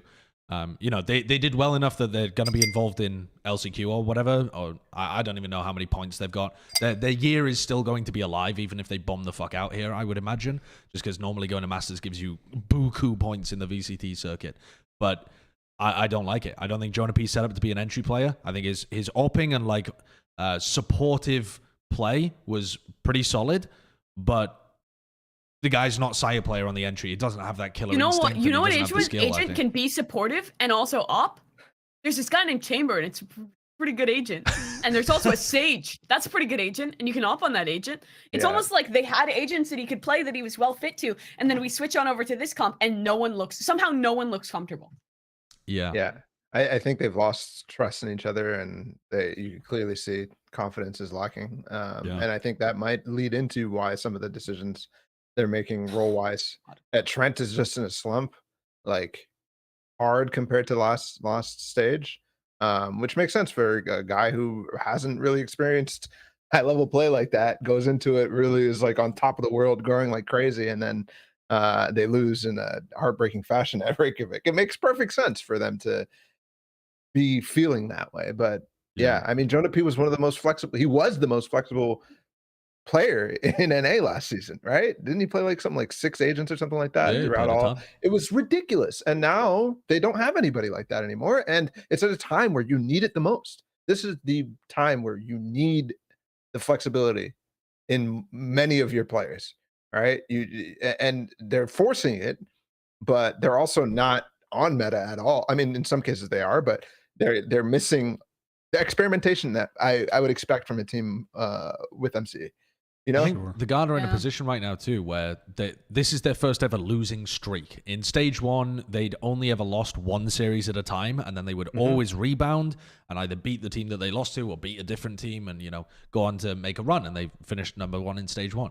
And for a new team, it builds confidence at such an exponential level because your coach tells you to do something, you implement it, it works. If it fails once, you implement something else, it works. You build up this feedback loop of, we are great, our coach is great, nothing can fail, we will have full trust in the system. As soon as things start losing, you have to really pick apart what's working and what isn't instead of just blindly going with everything and making it, you know, it just works and you know it's going to. So I think this is a real test of the mentality and the professionalism of the players involved here and how much they can get away from that rookie mentality because their year is still alive. There is still time to turn this around and maybe go on some kind of run in LCQ, something like that. But they need to figure out how to lose properly. Sure. They figured out how to win. Now they need to figure out how to take the right lessons away from losing and fix the correct stuff and not lose trust in the entire system and just end up in, you know, feuds and tilt and not trusting your teammate and making solo plays. Like, they need to actually continue going in the right direction. Yeah. But it's not the death kiss for the team. Like, if they keep kind of building in this way, they fall flat. They have a rough series. They have a rough split here with stage 2. Come back in LCQ, implement some new ideas, have a little bit more time to practice and to scrim and to get ready. They're not coming straight off an international event. I think we see this with a lot of like new teams that kind of start off to like really fiery success. They have that great moment, then maybe the meta shifts or the way teams are playing gets a little bit better. They struggle. If this team is truly like a great gigabanger roster, they'll be able to come back into this and hopefully make a run at LCQ. I guess hypothetically their stage isn't over, but I mean, who do they play? I'm trying to see here. It's not good. It's not It's good. easier for FaZe to come back from 0. Yeah, they pay TSM, XSET, NRG. I don't see them beating XSET at very least, which should guarantee they don't make it out of groups. And honestly, I think TSM would probably beat them. NRG, I see this team probably going 0-5 in groups. I'm going to be honest, if this keeps up. I think they have familiarity with XSET where they can shake a lot of this stuff. So when we get to predicting that, it'll be harder for me than it looks right now. But I do think that from last week to this week, at least some players like Net, for example, had some juice with them, right? He wasn't completely in his head like he was last series, which as long as I keep seeing that, I'm never going to count them out. But I need to, number one, keep seeing that, and number two, they need to get better than that. So it's hard, but I'm not calling this team dead like Josh is calling Sentinels. Yeah, sure. I think him calling Sentinels dead is reasonable. That's a cute cat, though. It is a cute cat. That is a cute cat. How much do you think, because a lot of the focus on the team is the role swap bad, and I agree, but how much of that? They should still be winning with this role swap, though. Let's be honest here. That's what I'm trying to get at. Like, even with the role swap, should they still be winning? Or if they just switch back, how much in my will that opinion, help them? yes. Like they're still playing, like Size playing Chamber. He could still op on that agent. He just can't be as aggressive. And he was a passive opper in the first place, at least at the beginning of last season. He got more aggressive as time went on, but you could still, like, that's still doable. Jonah P is a fucking great player, you know? Like all it doesn't matter what agent I think most of these guys are on. I think what they propelled themselves with was great teamwork and great calling. Not necessarily like the roles that they were playing on were perfectly matched or anything like that, although they might have been. I just feel like this team should still be way better than they are. Cat. I think the role swap sent a lot of their teamwork back to bare bones basic and ruined a lot of the how the players thought about where they should be positioned and who they should be playing off, and they're having to relearn all of that, like with the new role. You know, absolutely. I think you can see that a lot. They're not playing off the same cues anymore, so they have to rethink about how they think about the game because their entire come up was playing one specific role on one specific team. So it's going to be an adjustment period. Let's talk any match predictions though. Let's actually put our money where our mouth is and go into the Preds. We've got one god tier Preda on the panel today. Someone looking to cash in her clout, if that gives it away at all. You want to run the scores, Kurt? I don't want to see. I want to see what happened last week. I want to see it. Last week. Hey, what the fuck is this? Last week, I took a fat North American L. I'm going to tell you that right now. I took a What? Holy giga shit, I'm L in farming. NA last week. Yeah. A giga L. Ooh. A 89%. giga L. You're back at Bren coin flip territory. Yeah. It's just like, have I mentioned it was a giga L? Yeah, yeah. Yeah. Fuck it, L. I'm only one less than Mimi, by the way. You just slow down, okay? You don't get all No. that clout for free. Don't Thank you. make Yes, his don't green. make it green. He's not on the Yes. same Make level. it Let's like a go. Make it like That's yellow.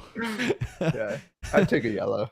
Okay, the viewers also had a chance to predict EG against Sentinels. Let's see how the little Timmies did. Did you do well, little Timmies? Funny, Kurt. That's not even me. Who is that? Oh, good job, little Timmies. Well done. You yeah. get a gold star. You beat me Wow. and Wyatt. Yeah. You're smarter than me and Not Wyatt. saying much, honestly. Listen, not saying much, but good job, viewers. The Timmies literally listen to us molding about Sentinels for the whole podcast, and then we pred Sentinels. We are so stupid. Yeah, it is. We're It so is dumb. actually. It is a problem. I actually quite like being in the laptop. I like imagining. Can we like just that, do the rest of the podcast in the laptop? That's them in the live chat, like, hello, talk to us. We're just donor wall the whole time. Hello, hello, talk to us, please. Hello, little Timmy. Hi, how's it going? Please become a member. Yeah, use your mum's credit card. No, wait, no, don't do that. You have a credit card, don't you, little 7-year-old Timmy? All right, what are the games this week? I'm lost in the sauce. I'm deep in the sauce. Guard play against TSM. That's a game that's coming up. Wow, shocking result that we all picked TSM. This would kill Guard's chances of making it out of groups completely as well, because they're playing against XSET later on as Yeah, well. I mean, my only thought with Guard is like maybe somehow, I don't know, they switch all the roles back and somehow the fucking magic comes back. That's just not happening though, right? I don't think so. Because I feel like even if they switch all the roles back and like, all right, fuck it, we're going back to all the comfort picks and I still feel like the confidence is lost, the fundamental, what Balla was getting at, like the trust in each other. I feel like you can see that it's just not there like it used to be, The and I think underdog just joy switching is back dead. won't be enough. Mhm. What do you say, Mimi? The underdog joy is dead. Yeah. No more rookie. No more Good. happiness. Just No more. Sag. Yep. Yeah, they work a 9-to-5 job now. They're just Yep. grinding every single day, and it's Yeah. fucking Yep. boring. Yeah, Yeah. no, I think that going against TSM, like, it's different than last week in that. Well, actually, what the fuck am I talking about? Who did they play? They played EG. Okay, they brought a bunch of weird shit out, and it was like really hard to do when they're playing the role swaps. I think against TSM, you saw what they're going to bring out, right? You saw the role swap that's actually happening, and you saw the neon comp on Haven. Like, I think they could come against that a little bit more prepped. I just find TSM to be really strong individually right now, and I don't see it changing. Next game coming up is XSET playing against 100 Thieves. And we've all gone with XSET here as well. Yeah. Could have been a great game if 100 Thieves had like looked a lot better this week and had crushed TSM, and we're all like hyped about it, but that's just not the world we're living in. So XSET looking really strong. The next game though is the Battle of the Gs. It's LG against EG. No, it's Ghost NRG. I can't It's read still two apparently. Gs. I'm an idiot. It's NRG against Ghost Gaming. GG. The Josh, myself, and Balla all went with Ghost, and Mimi Yeah. went with NRG. Wow. I'm surprised to see that because I feel like NRG are the on paper favorites, though I don't think the margin is extremely large. Yeah. But I was just so impressed with Ghost this last week that I have confidence in their ability to win, even though NRG have been solid so far. Yeah. My main reason for taking a punt on Ghost here is that I think I'm kind of using XSET as a measuring stick, which doesn't really work because XSET have a specific style that I think NRG just kind of planked against. So then it's not exactly like transitive property, is it? But I think Ghost put up a much better fight. I don't know whether the scoreline really reflects that at all, but I felt like Ghost were more competitive in their game and looked like they had good reactions to what was going on in the match, whereas NRG just stumbled and fell over repeatedly again and again and again to the same stuff. And I like Ghost. I think if they play with the same level of gusto that they came into the Guard game with, this game should be a great one.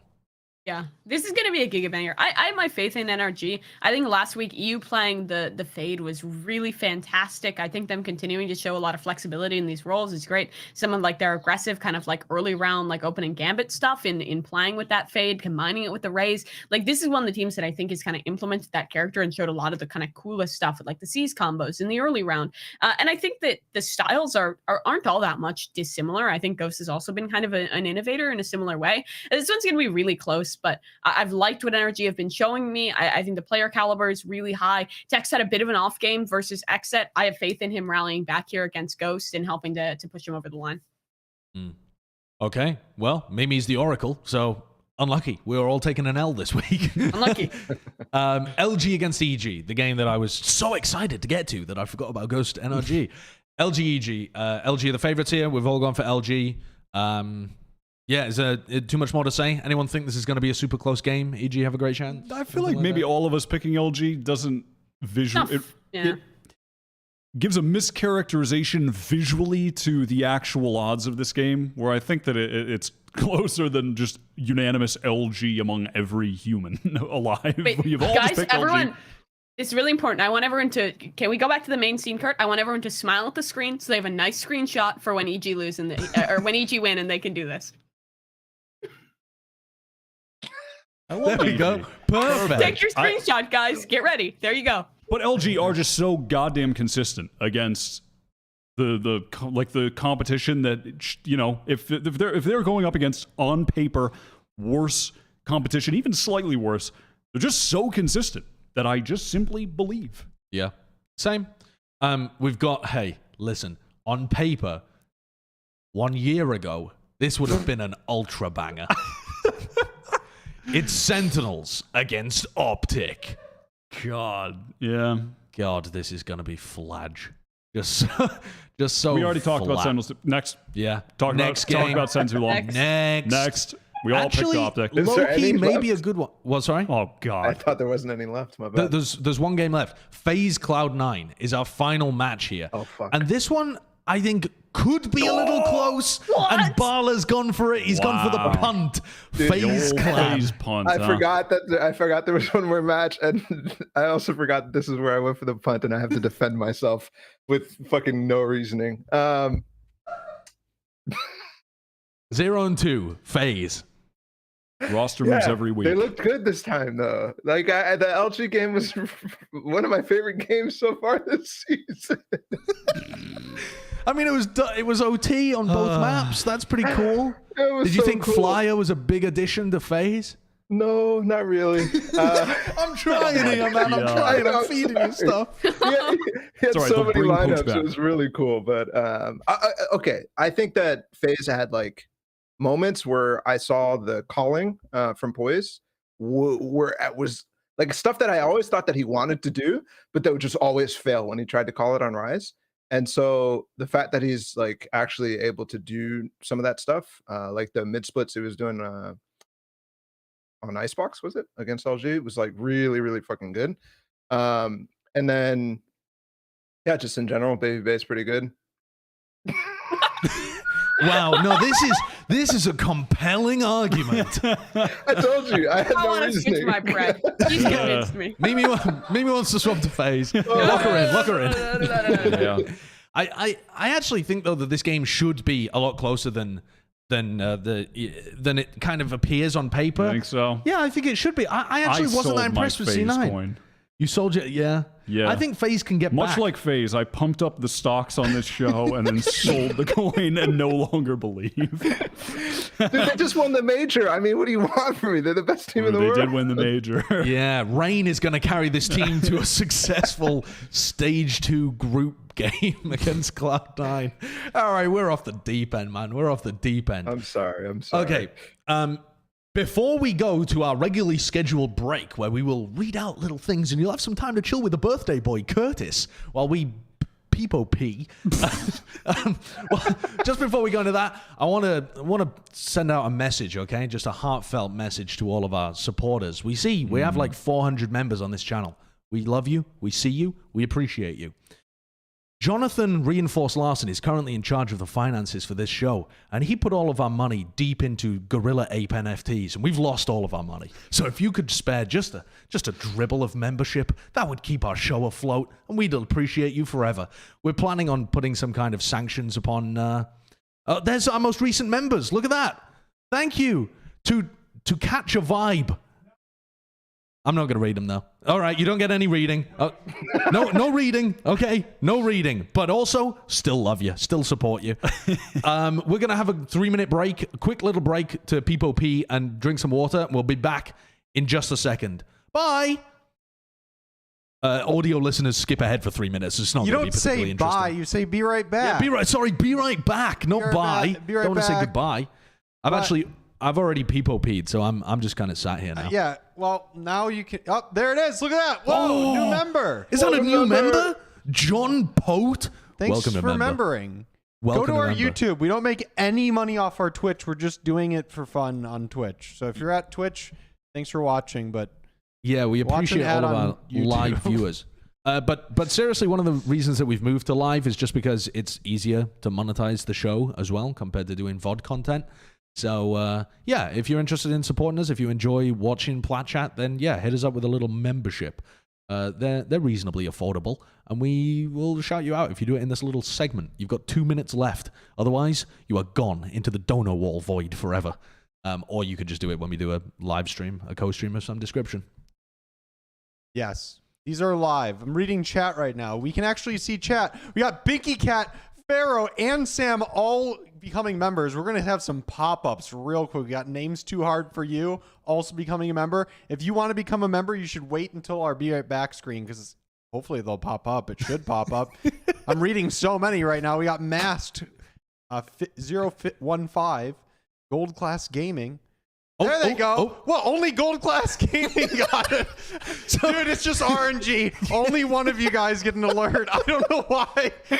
Oh, there it goes. It's just doing them out of order. That's so weird. That's It's incredibly Binky Cat. strange. I read your name wrong. I love the way that Kurt has just coded some RNG into the system. Yeah. just a lottery.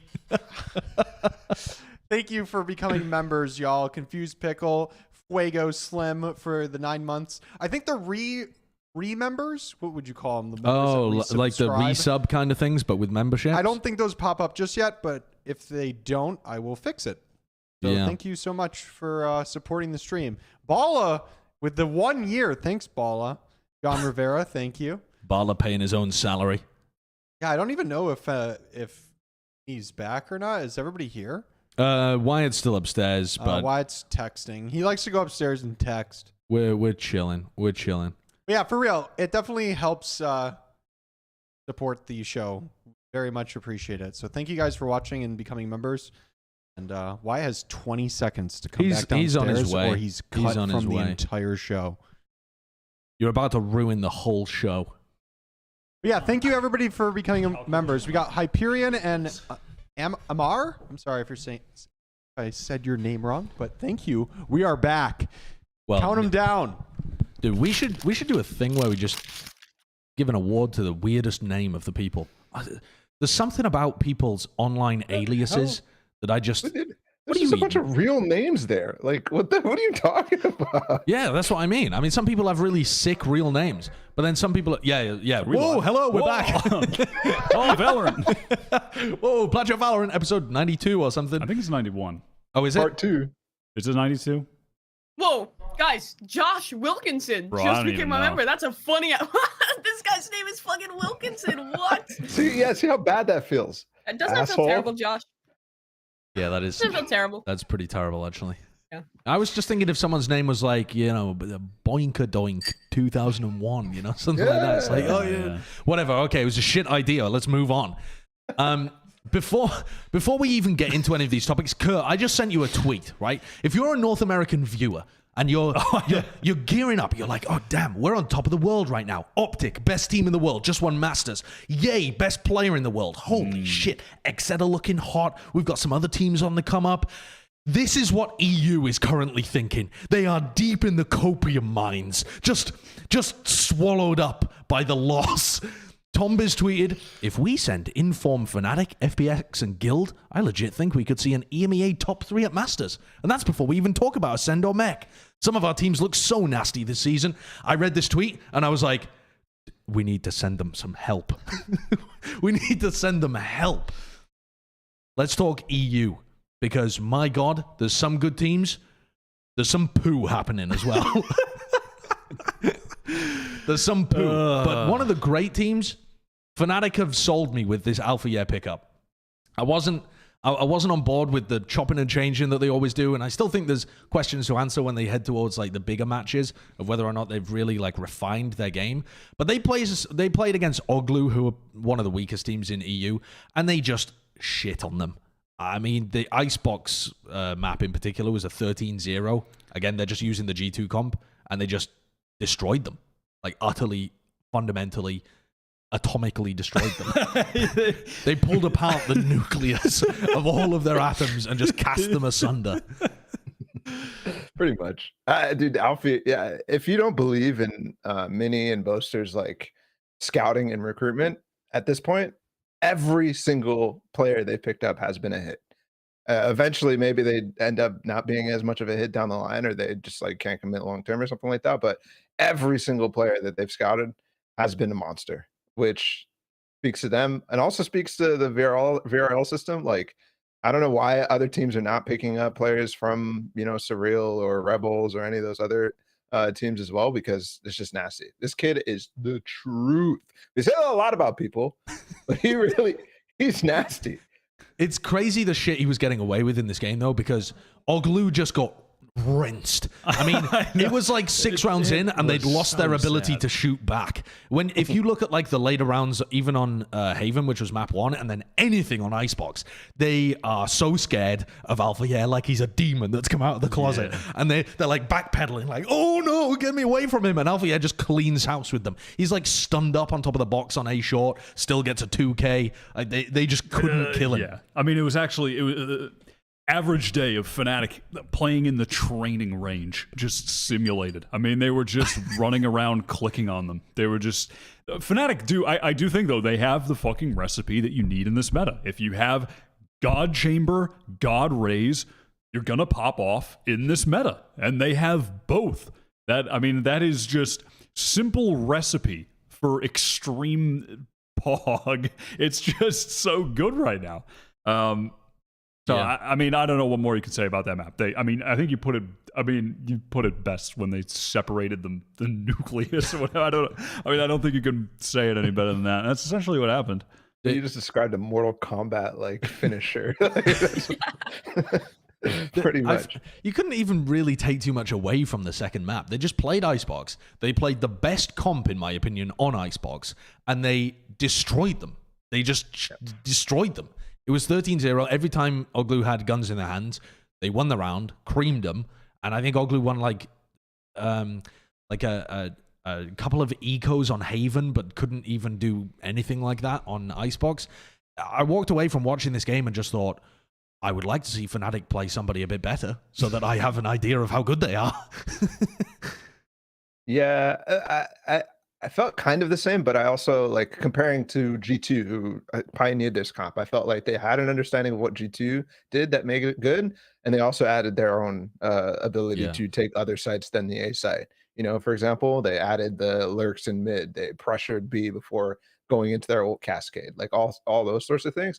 And then on top of it too, Durka on both maps, this is a both map point, but Durka just feels way better this week on Chamber than he did last week. I mean, he was good last week, but this time he's not beefing certain things. He's actually doing more than I think a lot of Chambers are doing, where like he's getting multiple valuable ass TPs in ways that I haven't seen other people do. Like, for example, on Haven, he was walking up B, putting the TP or his second anchor up there, and then TPing away back towards under grass, and then he would push Garage, leave the TP in front B, and be able to TP out again of Garage using the one that was front B. It's like stuff like that, where he's training these things in ways that are well researched that I haven't seen other Chambers do, which is very promising. Tweeted after this game, Chamber needs to be nerfed. How am I allowed to teleport this often in a round? And it's like, what a Giga Chad statement.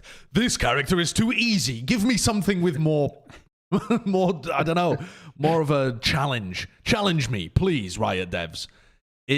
Yeah, I mean, I felt like I couldn't really get a great assessment on Durka's Chamber from this game, but I didn't even notice that TP usage. So, yeah, Can we go back? On my, 1930s television of a feed, the player, I can't read the name, but the player there looked like Josh in the player cam. That looked exactly like Josh. I thought this was 2016. I'm watching the fucking Overwatch League desk. He has hair again. He's back. He's revitalized. He's young. He's farming on Chamber.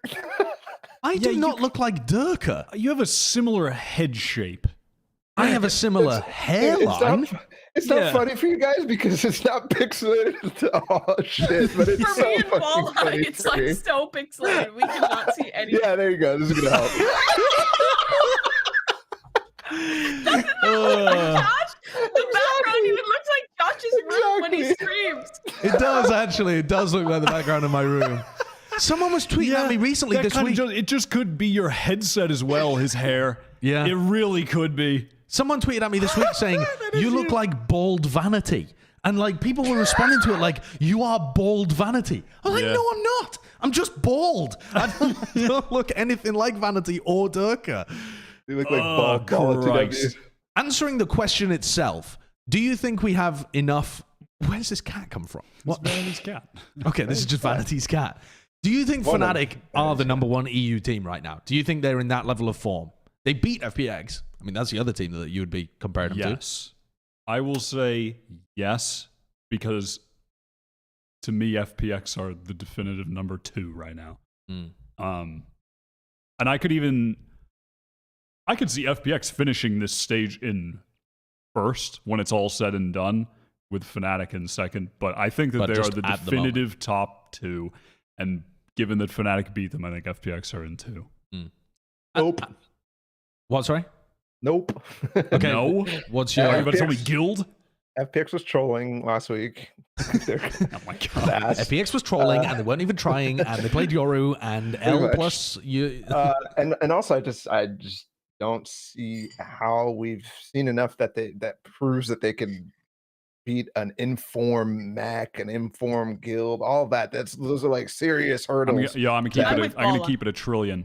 We're not gonna see an informed mech. Are you on? What are you talking about? Well, of course you're gonna see an informed mech. What is this blasphemy? You're not gonna see an informed mech. Okay. Let's talk mech. Okay. Balla's got heated about mech. Let's talk about them because they're not having the most auspicious beginning. They had a 2-1 win over Na'Vi this week after losing last week as well. So they're 1-1 in their group. And we were talking last week about, their stumbles to open and how things looked a little off. They've obviously changed some of the roles around, not that recently as well, like in stage 1. Balla, how would you say this current mech compares? Do you consider them a contender for making to Copenhagen or winning their group or anything like that? Yes, absolutely. I think if you think anything different, I think you guys are watching. I don't know. I don't know what you're watching. Number one, and number two, you're not giving enough stock into the Gambit of old. This is a team that won Berlin. They were second, and they have all those players who have shown in these games. I mean, just watch this retake. I don't even have to say anything. Just watch this retake. It's fucking beautiful on so many levels that I can't see how you don't see Gambit of old still within this team. They have the flashes of it, but they don't have the same. But isn't that how Gambit has always been though? They've always been like that. They've always had inconsistency, but they still make it and they still dominate. I don't know. Yeah, they have throughout the group stage and stuff as well. I think their performance in stage 1 is what people would lend more credence to, it slipping away from them, because but at the same time they still made it 0.02 of a second away from actually making it to. Well, I mean, they wouldn't have been allowed to compete at Reykjavik anyway, but they would have qualified. They would have been top 3. Yeah.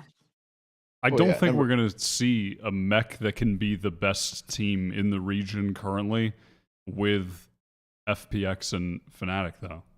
I think they. You think they're hovering around They top could 3? make third. They could qualify. I think they could qualify I think in if third. they have but- one of those flashes of brilliance and show what we know them to do, this team, like Balla said, has always had that element of inconsistency. I think there's a world where they rally back, make playoffs, can beat Fnatic. Fnatic obviously have just implemented new players. We haven't seen that much of them. I think while Fnatic's good, from what we've seen, it's been good, but it hasn't been against the greatest the greatest competition. Excuse me. FPX was doing a little bit of trolling. I think that Fnatic. They might be good enough. They probably will be good enough to top out the region. But I think counting out Mech at this stage is a little foolish. Yeah, I don't think they're... Also, I'm not the group, counting them out. I just don't think they're going to be... I mean, counting them out of finishing in like a 1 or 2 slot is what I mean. Excuse me, not counting them out completely. I could... Yeah, I mean... I think that's just less likely than them... Far less likely than them finishing in like 3rd, 4th, though. I think it's far less likely. To me, a lot of the stuff that Mech did like incredibly in the past was these... It felt almost unbreakable defensive holds. Like their defensive holds were just astounding. And I've definitely seen like a few of those in their current play, but they tended to heat those up as they got towards the playoffs anyway. So I think even if they were in, like old Gambit form, then you'd probably only see that as they started getting towards, like the later games of the group. The group that they're in as well doesn't have FPX or Fnatic. It has Liquid Guild in it. And I think this team is poised to get top 2 in their group. Maybe not top 1 because they've already lost to Guild, right? That was the team that beat them. So the catching Guild might be difficult, even though, Guild aren't exactly playing perfectly either. But I think I'm reluctant to give up on Mech because I feel like they can hit the lab and get that form back. The reason that I feel it's more likely this stage to get away from them is because of the surrounding circumstances of like being a Russian player or a Russian team rather, competing in Valorant right now. I just feel like it must be a fucking whirlwind to be a Mech player currently. There's been rumors about them changing a player. There's been rumors about them being signed to a new org. There's who knows whether they're able to compete in Copenhagen. There's been no comment officially on that at the moment. We don't know enough. I guess the players might at this point know enough whether or not they're allowed to play.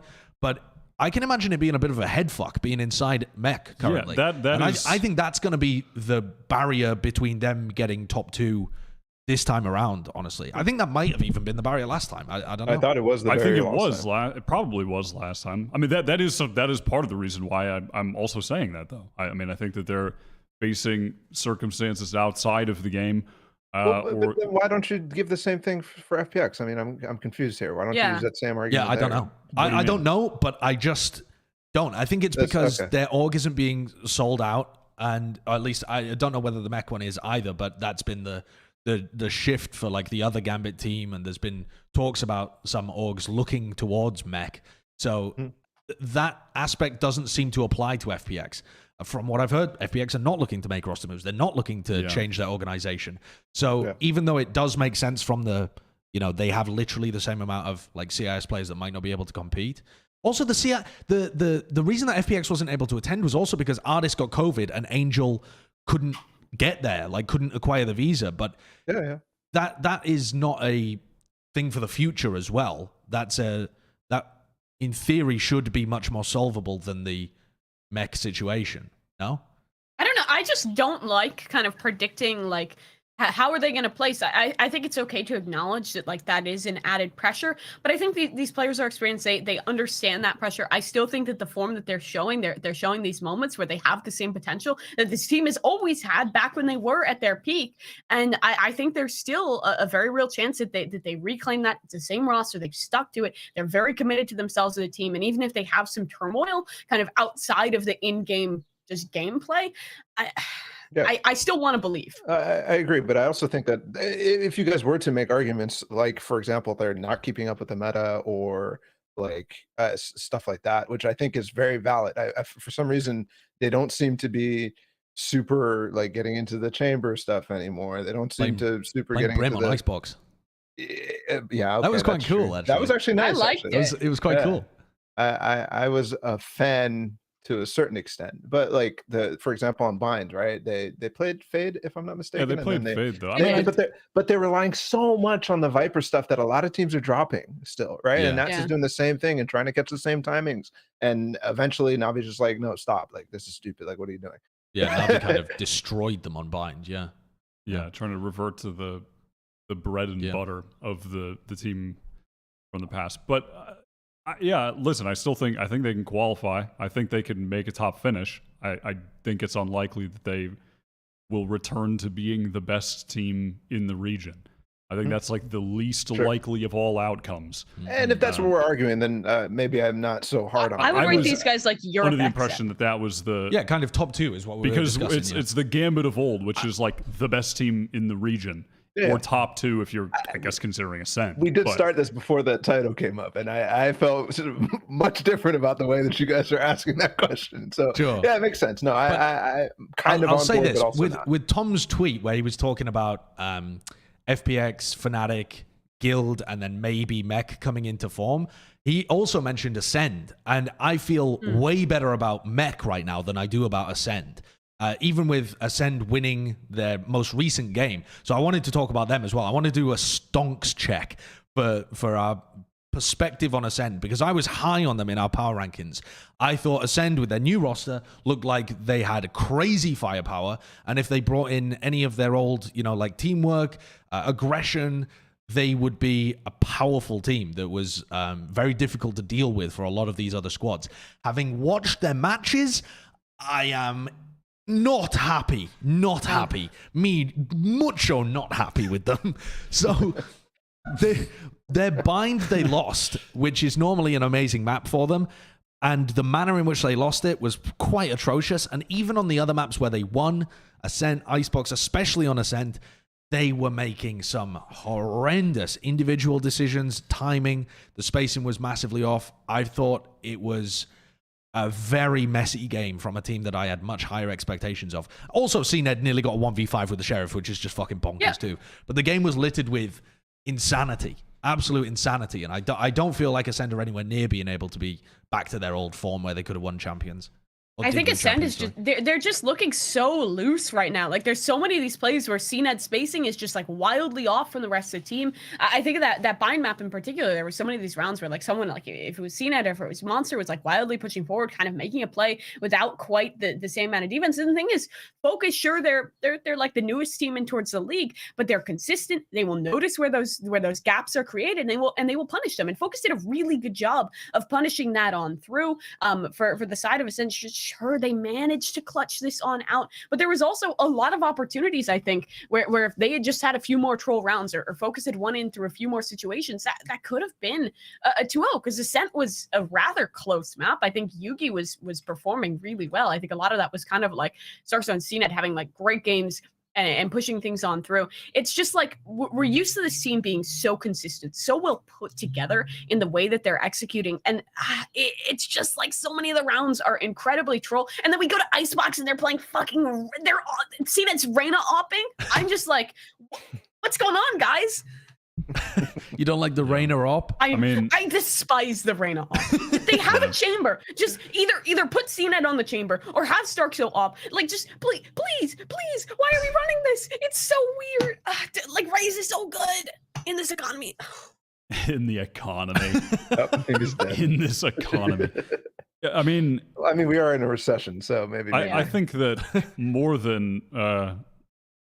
more so than like when we were talking about Mech, but with ACEND, I think ACEND are the team that are falling more behind the meta and the like area that they've experimented They're not falling in into with the any Reyna meta, Wyatt. is They're weird. just creating their Well, that's own what meta. I mean. Yeah, It's they're just trying raw. to like on the first 2 maps they played the bog standard regular stuff that you're kind of seeing get Veg phased comps. out, and then on Icebox they're doing the wacky Reyna thing, which to some extent, listen, yeah, cool, you got CNET on Reyna, but if you see a Reyna going up against KO on Icebox, that's just cause for concern.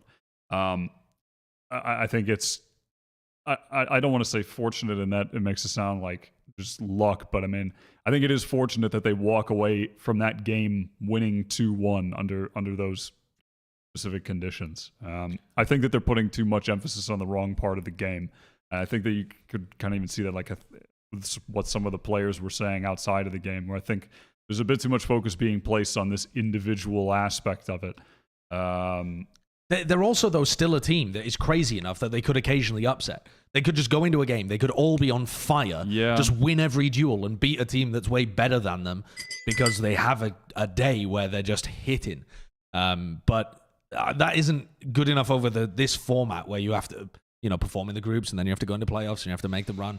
Like, I feel like this team should get found out at some point by one of the teams that's better than them, even like maybe a Liquid or a Guild or something like that. They play Fnatic G2 FPX. Yeah, their next 3 exactly. games. I don't think they win any of those. They're not favored to win, but I think they'll probably pull one bullshit win out of them. I think. You think so? Yeah, one of the three. You think they'll get one BS like win? I think they're like a something? 30% good to just turn up in one of those games. No idea which one it would be. FPX going too crazy with the comps, and they just show up and win. Something like that, maybe. Reyna. Yeah. Or just like G2 have a horrible day and suddenly, Ascend's on fire and people are talking about whether or not they could be one of the best teams in the group. I think something like that could occur. But I have no faith in this team. I have faith in Mech. I have no faith in Ascend particularly. I do want to do a momentum check, though. Like a great train flying off the tracks and leveling houses. I want to do a momentum check on FPX because our takeaway from their game against Fnatic sounds a little unfair to Fnatic because they won, but a lot of us came away on the podcast thinking FPX were just a better team, but they were trying to get a bit too kooky with their comps and ended up throwing away a win that they otherwise could have fairly solidly gotten there. They get a 2-0 victory over G2 this week, running some different stuff again. Nothing as crazy as the Yoru particularly, but this is a new comp for them on Fracture. And their Ascent comp, I think they had changed something as well, hadn't they? Yeah, it was Artist played Cypher or Jett instead of Chamber. Right. Yeah, they're the Jett, and they were getting a lot of good value out of the Fade on Ascent. Their Fade usage seems really good, actually. Fade was awesome on both maps. I was a big fan. They had a lot of good lineups, and I also, something I said earlier, but I think it was definitely visible in this game. Like there was one of the, I think it's like the Ascent Execute, Kurt, that clip under FPX. But like there are some moments like this where the Haunt is, I'm just like, dude, this Haunt is getting way too much value. But it's just because the defensive team, it's like, it's just not a recon. So they're just not prepared for a Haunt to be like up on a roof somewhere and just no one is looking at it, even though it is this round. Yeah, like G2, even though they have 3 players here and they expect this hit coming in, the Haunt just stays up and tags Avova behind the smoke, so they just get a free kill on him on this execute. Like, just little things. Like, I think Fade is getting additional value with some of the Haunt lineups right now, just because of that. But they had a lot of cool executes. I mean, if you want to just run through the Ascent clips that I linked you, Kurt, I mean, it's just over and over FPX just cooking up cool executes with the Fade, different lineup with this. Zipan's KO was excellent in this series, I thought, as well. Really good KO gameplay on both maps. And overall, I was impressed. I mean, I think these were just reasonable, well thought out comps from FPX with good util. The C's nade combo, and then he's also got a Haunt that he can throw that lands on top of the roof from a similar position. Like, FPX actually just look fucking dominant on Ascent. Yeah, they do. And on the first map on Fracture, they were playing the Omen, which is quite rare, and they were just using it to control a main with one-ways. It was certainly a unique look, and it was working. I mean, this is one of the cases where FPX came in with well-thought-out, fresh ideas, and they were quite good, and they ended up working, and G2 did not have the answers for what FPX brought. So I just thought it was an impressive series from FPX. Yeah, go on, Josh. Well, I was going to say the FPX Neon on Fracture. The G2. FPX Yoru on Fracture from last week reminded me a bit of like OpTic trying to play the Neon on Ascent, where they have an idea, they throw it out. Does it work? If yes, we'll maybe stick with it for a while. If no, and like OpTic, they won the map, but they still didn't think it was very good, they pivot and pick up something else. FPX are in that position right now where they're good enough. They're like OpTic, where they are rotating around different comps and trying things and pushing the meta. And they have a couple of maps where they just look insane. The hilarious thing about this map specifically is like at a certain point the executes are just so good that they're just like fuck it, and they're making up new shit. Like the last round of this map, Angel fucking smokes on top of the try box inside of B and tries to TP in, and it's full spaghetti everywhere. But it's clear that they're just like, yeah, fuck it, let's just try something completely different. Just like do this stuff and like the stuff that we practice, but also let's add this. And yeah, it's that whenever we ask this question about momentum for FPX or like whatever, I have to check myself, because I just get so enthralled with the beauty of whatever they do. That I'm also like, I get biased and I'm like, that probably is not that good, but it looks pretty. So yeah. Could you show the clip that's the A Hall setup? That's just the last one I'll show, because it is just a unique approach. The Prowler one way. Where they have like the Prowler, Omen, KO playing at A side. And one time G2 were able to win the situation out with a fast and neon play, but this time they just get completely ruined by paranoia from Angel and the swings down halls from Zipan. It's so unique. It's genuinely, you know, if I'm trying to draw the comparisons, EU and NA, FPX are definitely the OpTic. They are trying new stuff. They're pushing the meta, and they're getting success out of it. There's some ideas that don't look as good, but a lot of it works incredibly well. And then Fnatic, to me, are very similar to XSET. They have good raise, good chamber, we win. And maybe it's not as like drilled as XSET currently look, but the star power that comes out from Alpha and Durka is crazy. And so you have these two kind of coordinated paths with the top two teams in my head, and then Mech at any point could rise up and do some totally different shit. But it's a good comparison, but no, come on now. Fnatic's creativity is like leaps and bounds better than XSET ever XSET is has. just like they run like pretty boring comps, But they just do it really, really well. And like Fnatic is like creativity plus good raise, good chamber. We do good. Yes, they're creative in that sense, but I think XSET are currently looking way more drilled than Fnatic do. But it's so satisfying when we get to create these regional parallels No, exactly. and shoehorn them in. I love the parallels. The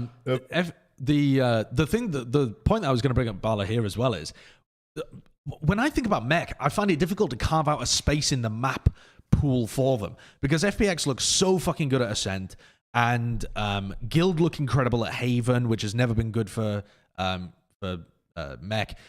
You've got Fnatic, who just look fantastic at Icebox. It looks unbeatable for them. There's other teams like their Fracture looks really good as well. You know, there's a lot of teams in EMEA that are incredible on one of the maps in the pool, and I feel like against any of those, Mech are in a losing scenario on one of the maps that they frequently like to play, which really hurt them against Guild, where they tried to play Haven, and would, I think, when they play against the others too. That's the real thing that I'm looking for from Mech, is like a map that looks insane from them that I haven't quite seen yet, but I have from a couple of the other EMEA teams. Sure. Yeah, I think for a long time they've need to revolutionize their map pool. I haven't looked into it that far this season, so can't really. But I have felt that in the past for Mech, and if that's continuing, then yeah, it's a little bit worrisome.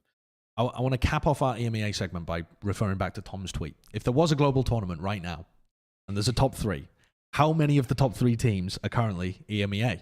You have OpTic and Loud. Do one of those get pushed out by your Fnatic, FPX, your Mech, whoever you're saying goes to Copenhagen? If it was run tomorrow, who is it, Balla? Loud gets pushed out for Mech and Fnatic or FPX. For just 2 of the 3. Yep. Would they get pushed out by all 3? Oh no, so if I think about it, I'd probably put FPX and Mech. Because all 3 could go to Copenhagen. FPX like EMEA is going to send 3 teams, right, to Copenhagen. So I'm not that far away from Tom's tweet, to be honest. Okay. I was enjoying the beef on the fucking timeline. Deep in the EMEA minds. Okay, I've got to watch my back. Balla's going to stab me while I turn up for the clout. I'm not lowering my Brazil stocks, but I think Fnatic could be any of the 3 places, to be honest. I think FPX also has that potential. I feel like Loud probably betters them just because I heckin' love Brazil. I think they keep with it. I have no reason besides Brazil's cool. They have more followers. Do they? True. They definitely have more followers. Brazil there's has more- so many more followers. engagement. More followers for sure. Yeah. Let's do some Preds then. So the Preds this week for EU begin with G2 playing against Oglu, OG London United, who, but please, God bless, find different branding, please. Everyone going with G2. I mean, Yeah. Oglu look struggling right now. I don't think there's much. You mean Og Leden Utten? Yes. Og Luden Utted. Yes. Let's move on to ACEND versus Fnatic. Ascend Fnatic. Is Genuinely. this where Ascend take a cheeky win? No. No, it's not. All of us for Fnatic. I think at some point Ascend will upset one of these games where we're considering another team to be the favorites, but Fnatic look good right now. So, yep. Moving on to the next one, you got Focus playing against FPX. Another one where, frankly, it's a massive favorite playing against an underdog. Everyone going with FPX here as well. This one, though, actually a good game. Happening in Group B, 2-0 team against a 2-0 team. Coming up, it is Liquid playing against Guild. Both teams undefeated currently in their group. A reason to go with either, potentially. I wouldn't say Guild have looked insane right now, and we're split 50-50. We've got 2 for Liquid, Mimi and Wyatt, and 2 for Guild, myself and Balla. I haven't been that impressed with what Liquid are doing. I think their split comp looks okay. I think Guild's Haven looks fantastic. And I think they've got the skill elsewhere to be able to bring it home. Liquid supporters, Liquid believers. Why do you believe in a slickless world? I am not a slickless world. It still exists. I'm really not huge on either Yeah. team at the moment. I think perhaps some of my prediction comes from my wishing, or like my I just feel like Guild should be performing better than they are. I feel at the moment Guild excellent on Haven, but I would imagine, I think that Liquid can just take the other 2 maps and win in like a 2-1 scenario. That's kind of what I'm thinking about when I'm going with Liquid here. I don't think either team has been. I'm not super satisfied currently with the performance of either team, but I think that in a best of 3 right now, I would just edge Liquid on the 2 non-Haven maps. I pretty much have the same opinion of Wyatt. Guild, it's just been Haven Andes. I think they've had some okay comps. Their game against Big, honestly, it was fine. I only got to watch a little bit of that match, but I think for me, I've kept my Liquid stocks pretty high. I think even without Sliggy, this team is still showing some alright fun stuff with the compositions. I think Scream is still nasty. I think on any given day, there's so many players on this roster that just have potential to just take control. And I think that the gameplay they've been showing has also been pretty solid. It'll be close, but I'm edging out Liquid. Balla's mauling out here with the Guild stonks. This guy loves David Beckham. It's not even really Guild Stonks. They did beat Mech, and that is the best team in the world. So I mean, it's yeah, sure. But to me, I watched Liquid this weekend. I was so fucking. They should have lost that series. They should have lost to BBL. And it was very close. It was. Dude, they have 2 of the best oppers in the world, and neither of them are playing opping characters. The characters that can shoot and then run away after holding an angle for 30 minutes. Like, none of them are playing those agents. It makes no fucking sense. Last stage we did with Navarro's playing Chamber. What changed? Like, what's going on? I don't see how you.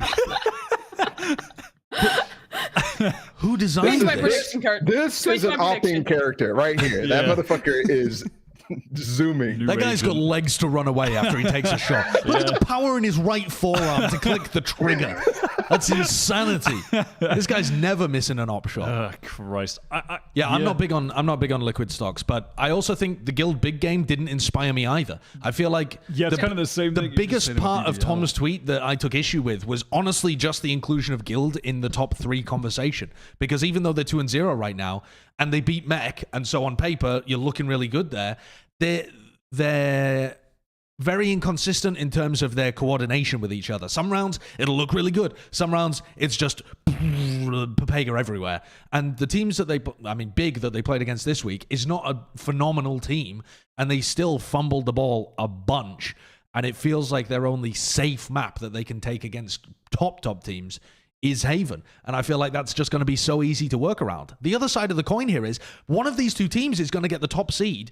Does it work the same as it does in North America, where they get a much deeper place in the playoffs? It did last time for EMEA. I would imagine Yes, so, because yes, there's only it 6 is. teams going through. Yeah, it so has to be. one of these teams is much more likely to actually get like an easier passage through and make it to Copenhagen, despite maybe not even being a top 3 team.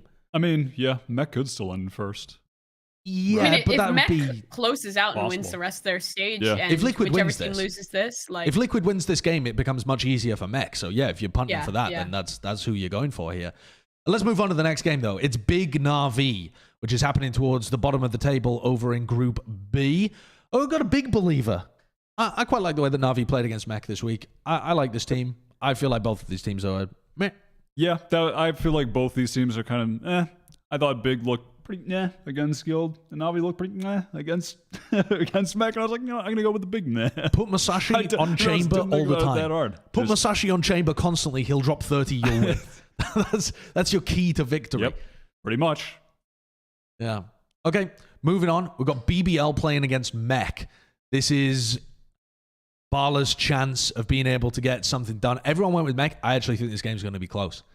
I think this Who are they playing? Sorry. BBL. Oh, Yeah. don't give a fuck. No, I yeah, actually don't. not this is my sleeper pick in EU. This is going to be a close Same. game, and people are going to be like, "Whoa, the world's falling to pieces for Mech," or the Turkish fans are going to be fucking rising up. But I think if Mech have a bit of a wonky game, if they're not in form, then BBL are good enough to be able to push them and take a map Can at BBL least. make it if they lose this? I don't know. Uh, If they you don't know, then 0-2? don't I don't answer. think But so. all I'm saying is, I've just don't see them beating Mech, but I feel like this team should be making playoffs.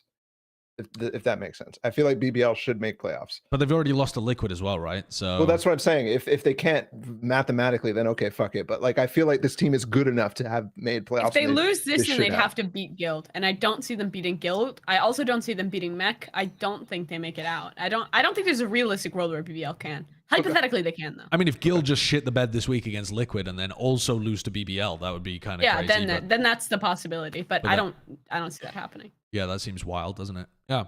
EMEA's got some crazy shit going on. I mean, if you use competitive Valorant subreddit, take some screenshots of APAC as well. That's free karma over there. take some screenshots of PaperX. You'll go zooming up on the karma charts. You've been doing that, Mimi, on Twitter, posting the I paper have. comps? I got like I think like a 5,000 like tweet where I just posted a screenshot of their comp. It was really good. Did you actually? Or yeah, are you they trolling? were playing triple duelist and she did it. They were playing just triple duelist. It tweeted was it. like are demonic. Let me Raise check in. Reyna Let me check in. Phoenix or Fucking- something. This is unbelievable, Josh. I know. It's actual Actually, fun. it's up 7,200 likes. It's just Is this what we it's have just to do, thanks to the guys? comps. Do we just Yeah, have it's to really fucking- easy, guys. I'd recommend it. Unbelievable clout. This is why Mimi is going to be the biggest caster in Valorant in 3 years' time. Because the clout generation is just going on an exponential level, and none of the boomers can keep up. The youth are going to overtake us. PaperX, are you okay? That's how much effort was put into this. And look at the None. engagement. Zero. Just a No, couple Here's- of here's the- screenshots. here's the thing. Hold on. I didn't even- Michael I wasn't even Jackson watching lyrics the at game. least. I wasn't even watching the game. I was playing a rank game with Ender, and Ender said, "Do you see what comp PaperX is playing? Pull up the stream, take a screenshot, put it on." That's so shameless. It's just disgusting. Oh, God. Kurt, tell our social media department at Plat Chat they need to be getting onto this strategy immediately. we need to be tweeting out all sorts of weird Okay, shit. me, do that. Okay. Christ. That ends it for this week. I hope you've enjoyed watching our live show. We have one last final segment, which is, of course, the most important segment. It's Wyatt's Weekly Award. Dude, it's so dark in here. I can't see anything. What is that glowing? Oh. That's why it's Weekly Award. There it is. Spin transition. There it is. You know what? I'm gonna do it, Josh. What are you I'm going to gonna do? I'm gonna do it. What are you Every gonna do? week they say he's not gonna do it, and now I'm gonna do it. I'm gonna give some love to Europe. I'm gonna give the weekly award to Shao. I'm gonna give the weekly award to Shao because I really enjoyed the Shao fade. I thought that the Shao fade was looking extra nice. I thought that was, for me, that between that and Ghosts, the best fade gameplay for me so far. Everybody else is and I dog think shit. Yep. particularly I mean, it's funny. I'm about to say that he's really good with the Prowlers because I think he fucks one up right in this clip immediately. But aside from this moment where he just Prowlers into the wall, that moment aside, he was getting so much use out of the Prowler, out of his Prowlers, more so than in the other games that I've seen from other fades. I think that he was doing a great job of clearing spaces with an FPX where set up very well to play around when and what he was actually clearing with the Prowlers. But I appreciate the work that went into the FPX fade this week, and I thought Xiao was looking extra nice on that. So you know what? Going to give one to Europe this week. Nice. It did look amazing last week too when they played on Ascent. I think it was Angel played it on Icebox, but the Xiao fade on Ascent looked clean as fuck. It does seem like the kind of agent right now that you need a lot of prep and lineups and synergy to actually get value out of, and that's FPX in a T, isn't it? And if you do right now, you're profiting the most. You're gonna get the most fade profit. I think if you put hard work into it right now, which FPX is the kind of team that are gonna cook up the nerd shit. So they're the team that's gonna get a lot of value out of it. But if you can right now, before people are ready for because people are gonna start copying the stuff that Xiao's doing, the lineups that he's doing, that's gonna become normal, and people are gonna get used to it and used to playing around it. But the teams that are taking full advantage of it now, extreme profits, big margins. Big margins. The FPX sales department loves this. It's also, I hate playing it in ranked because I need to know lineups to get value out of the haunt. I can't just throw it on the ground and be like, whoa, fade, go. So I've been hard feeding my fade games. I've been hard fucking inting. All right, that does it for this week then. We'll be back with episode 93 next time around, as we'll kind of be heading towards playoffs, won't we? Is that how many weeks more of VCT have we even got? There's 3 more weeks? 3 more weeks of groups. Motherfuck, that's a long time. Yep. That's a long time. Maybe we'll do a whole episode just talking Brazil or APAC or something, just to get the filthy NA off me for a moment. Okay, that does it for this episode, though. Go subscribe. Thank you for watching live if you did tune in. If you didn't, if you're watching the VOD, we will be doing these live from now on at midday Central Time on Wednesdays. I don't know what that is in Universal Time. 1 Eastern. Sure. Yeah, that's Universal to me. That's my universe. I live on the East Coast. Yeah, for all of you EMEA viewers, I don't know the time zones, so 7 p.m. you'll have to figure it out. Type it into Google. Do a little searching. But we'll see you next time for episode 93. Make sure to leave a comment. Happy birthday, Knurt. Yeah, happy birthday, Knurt, and subscribe to the channel. Bye.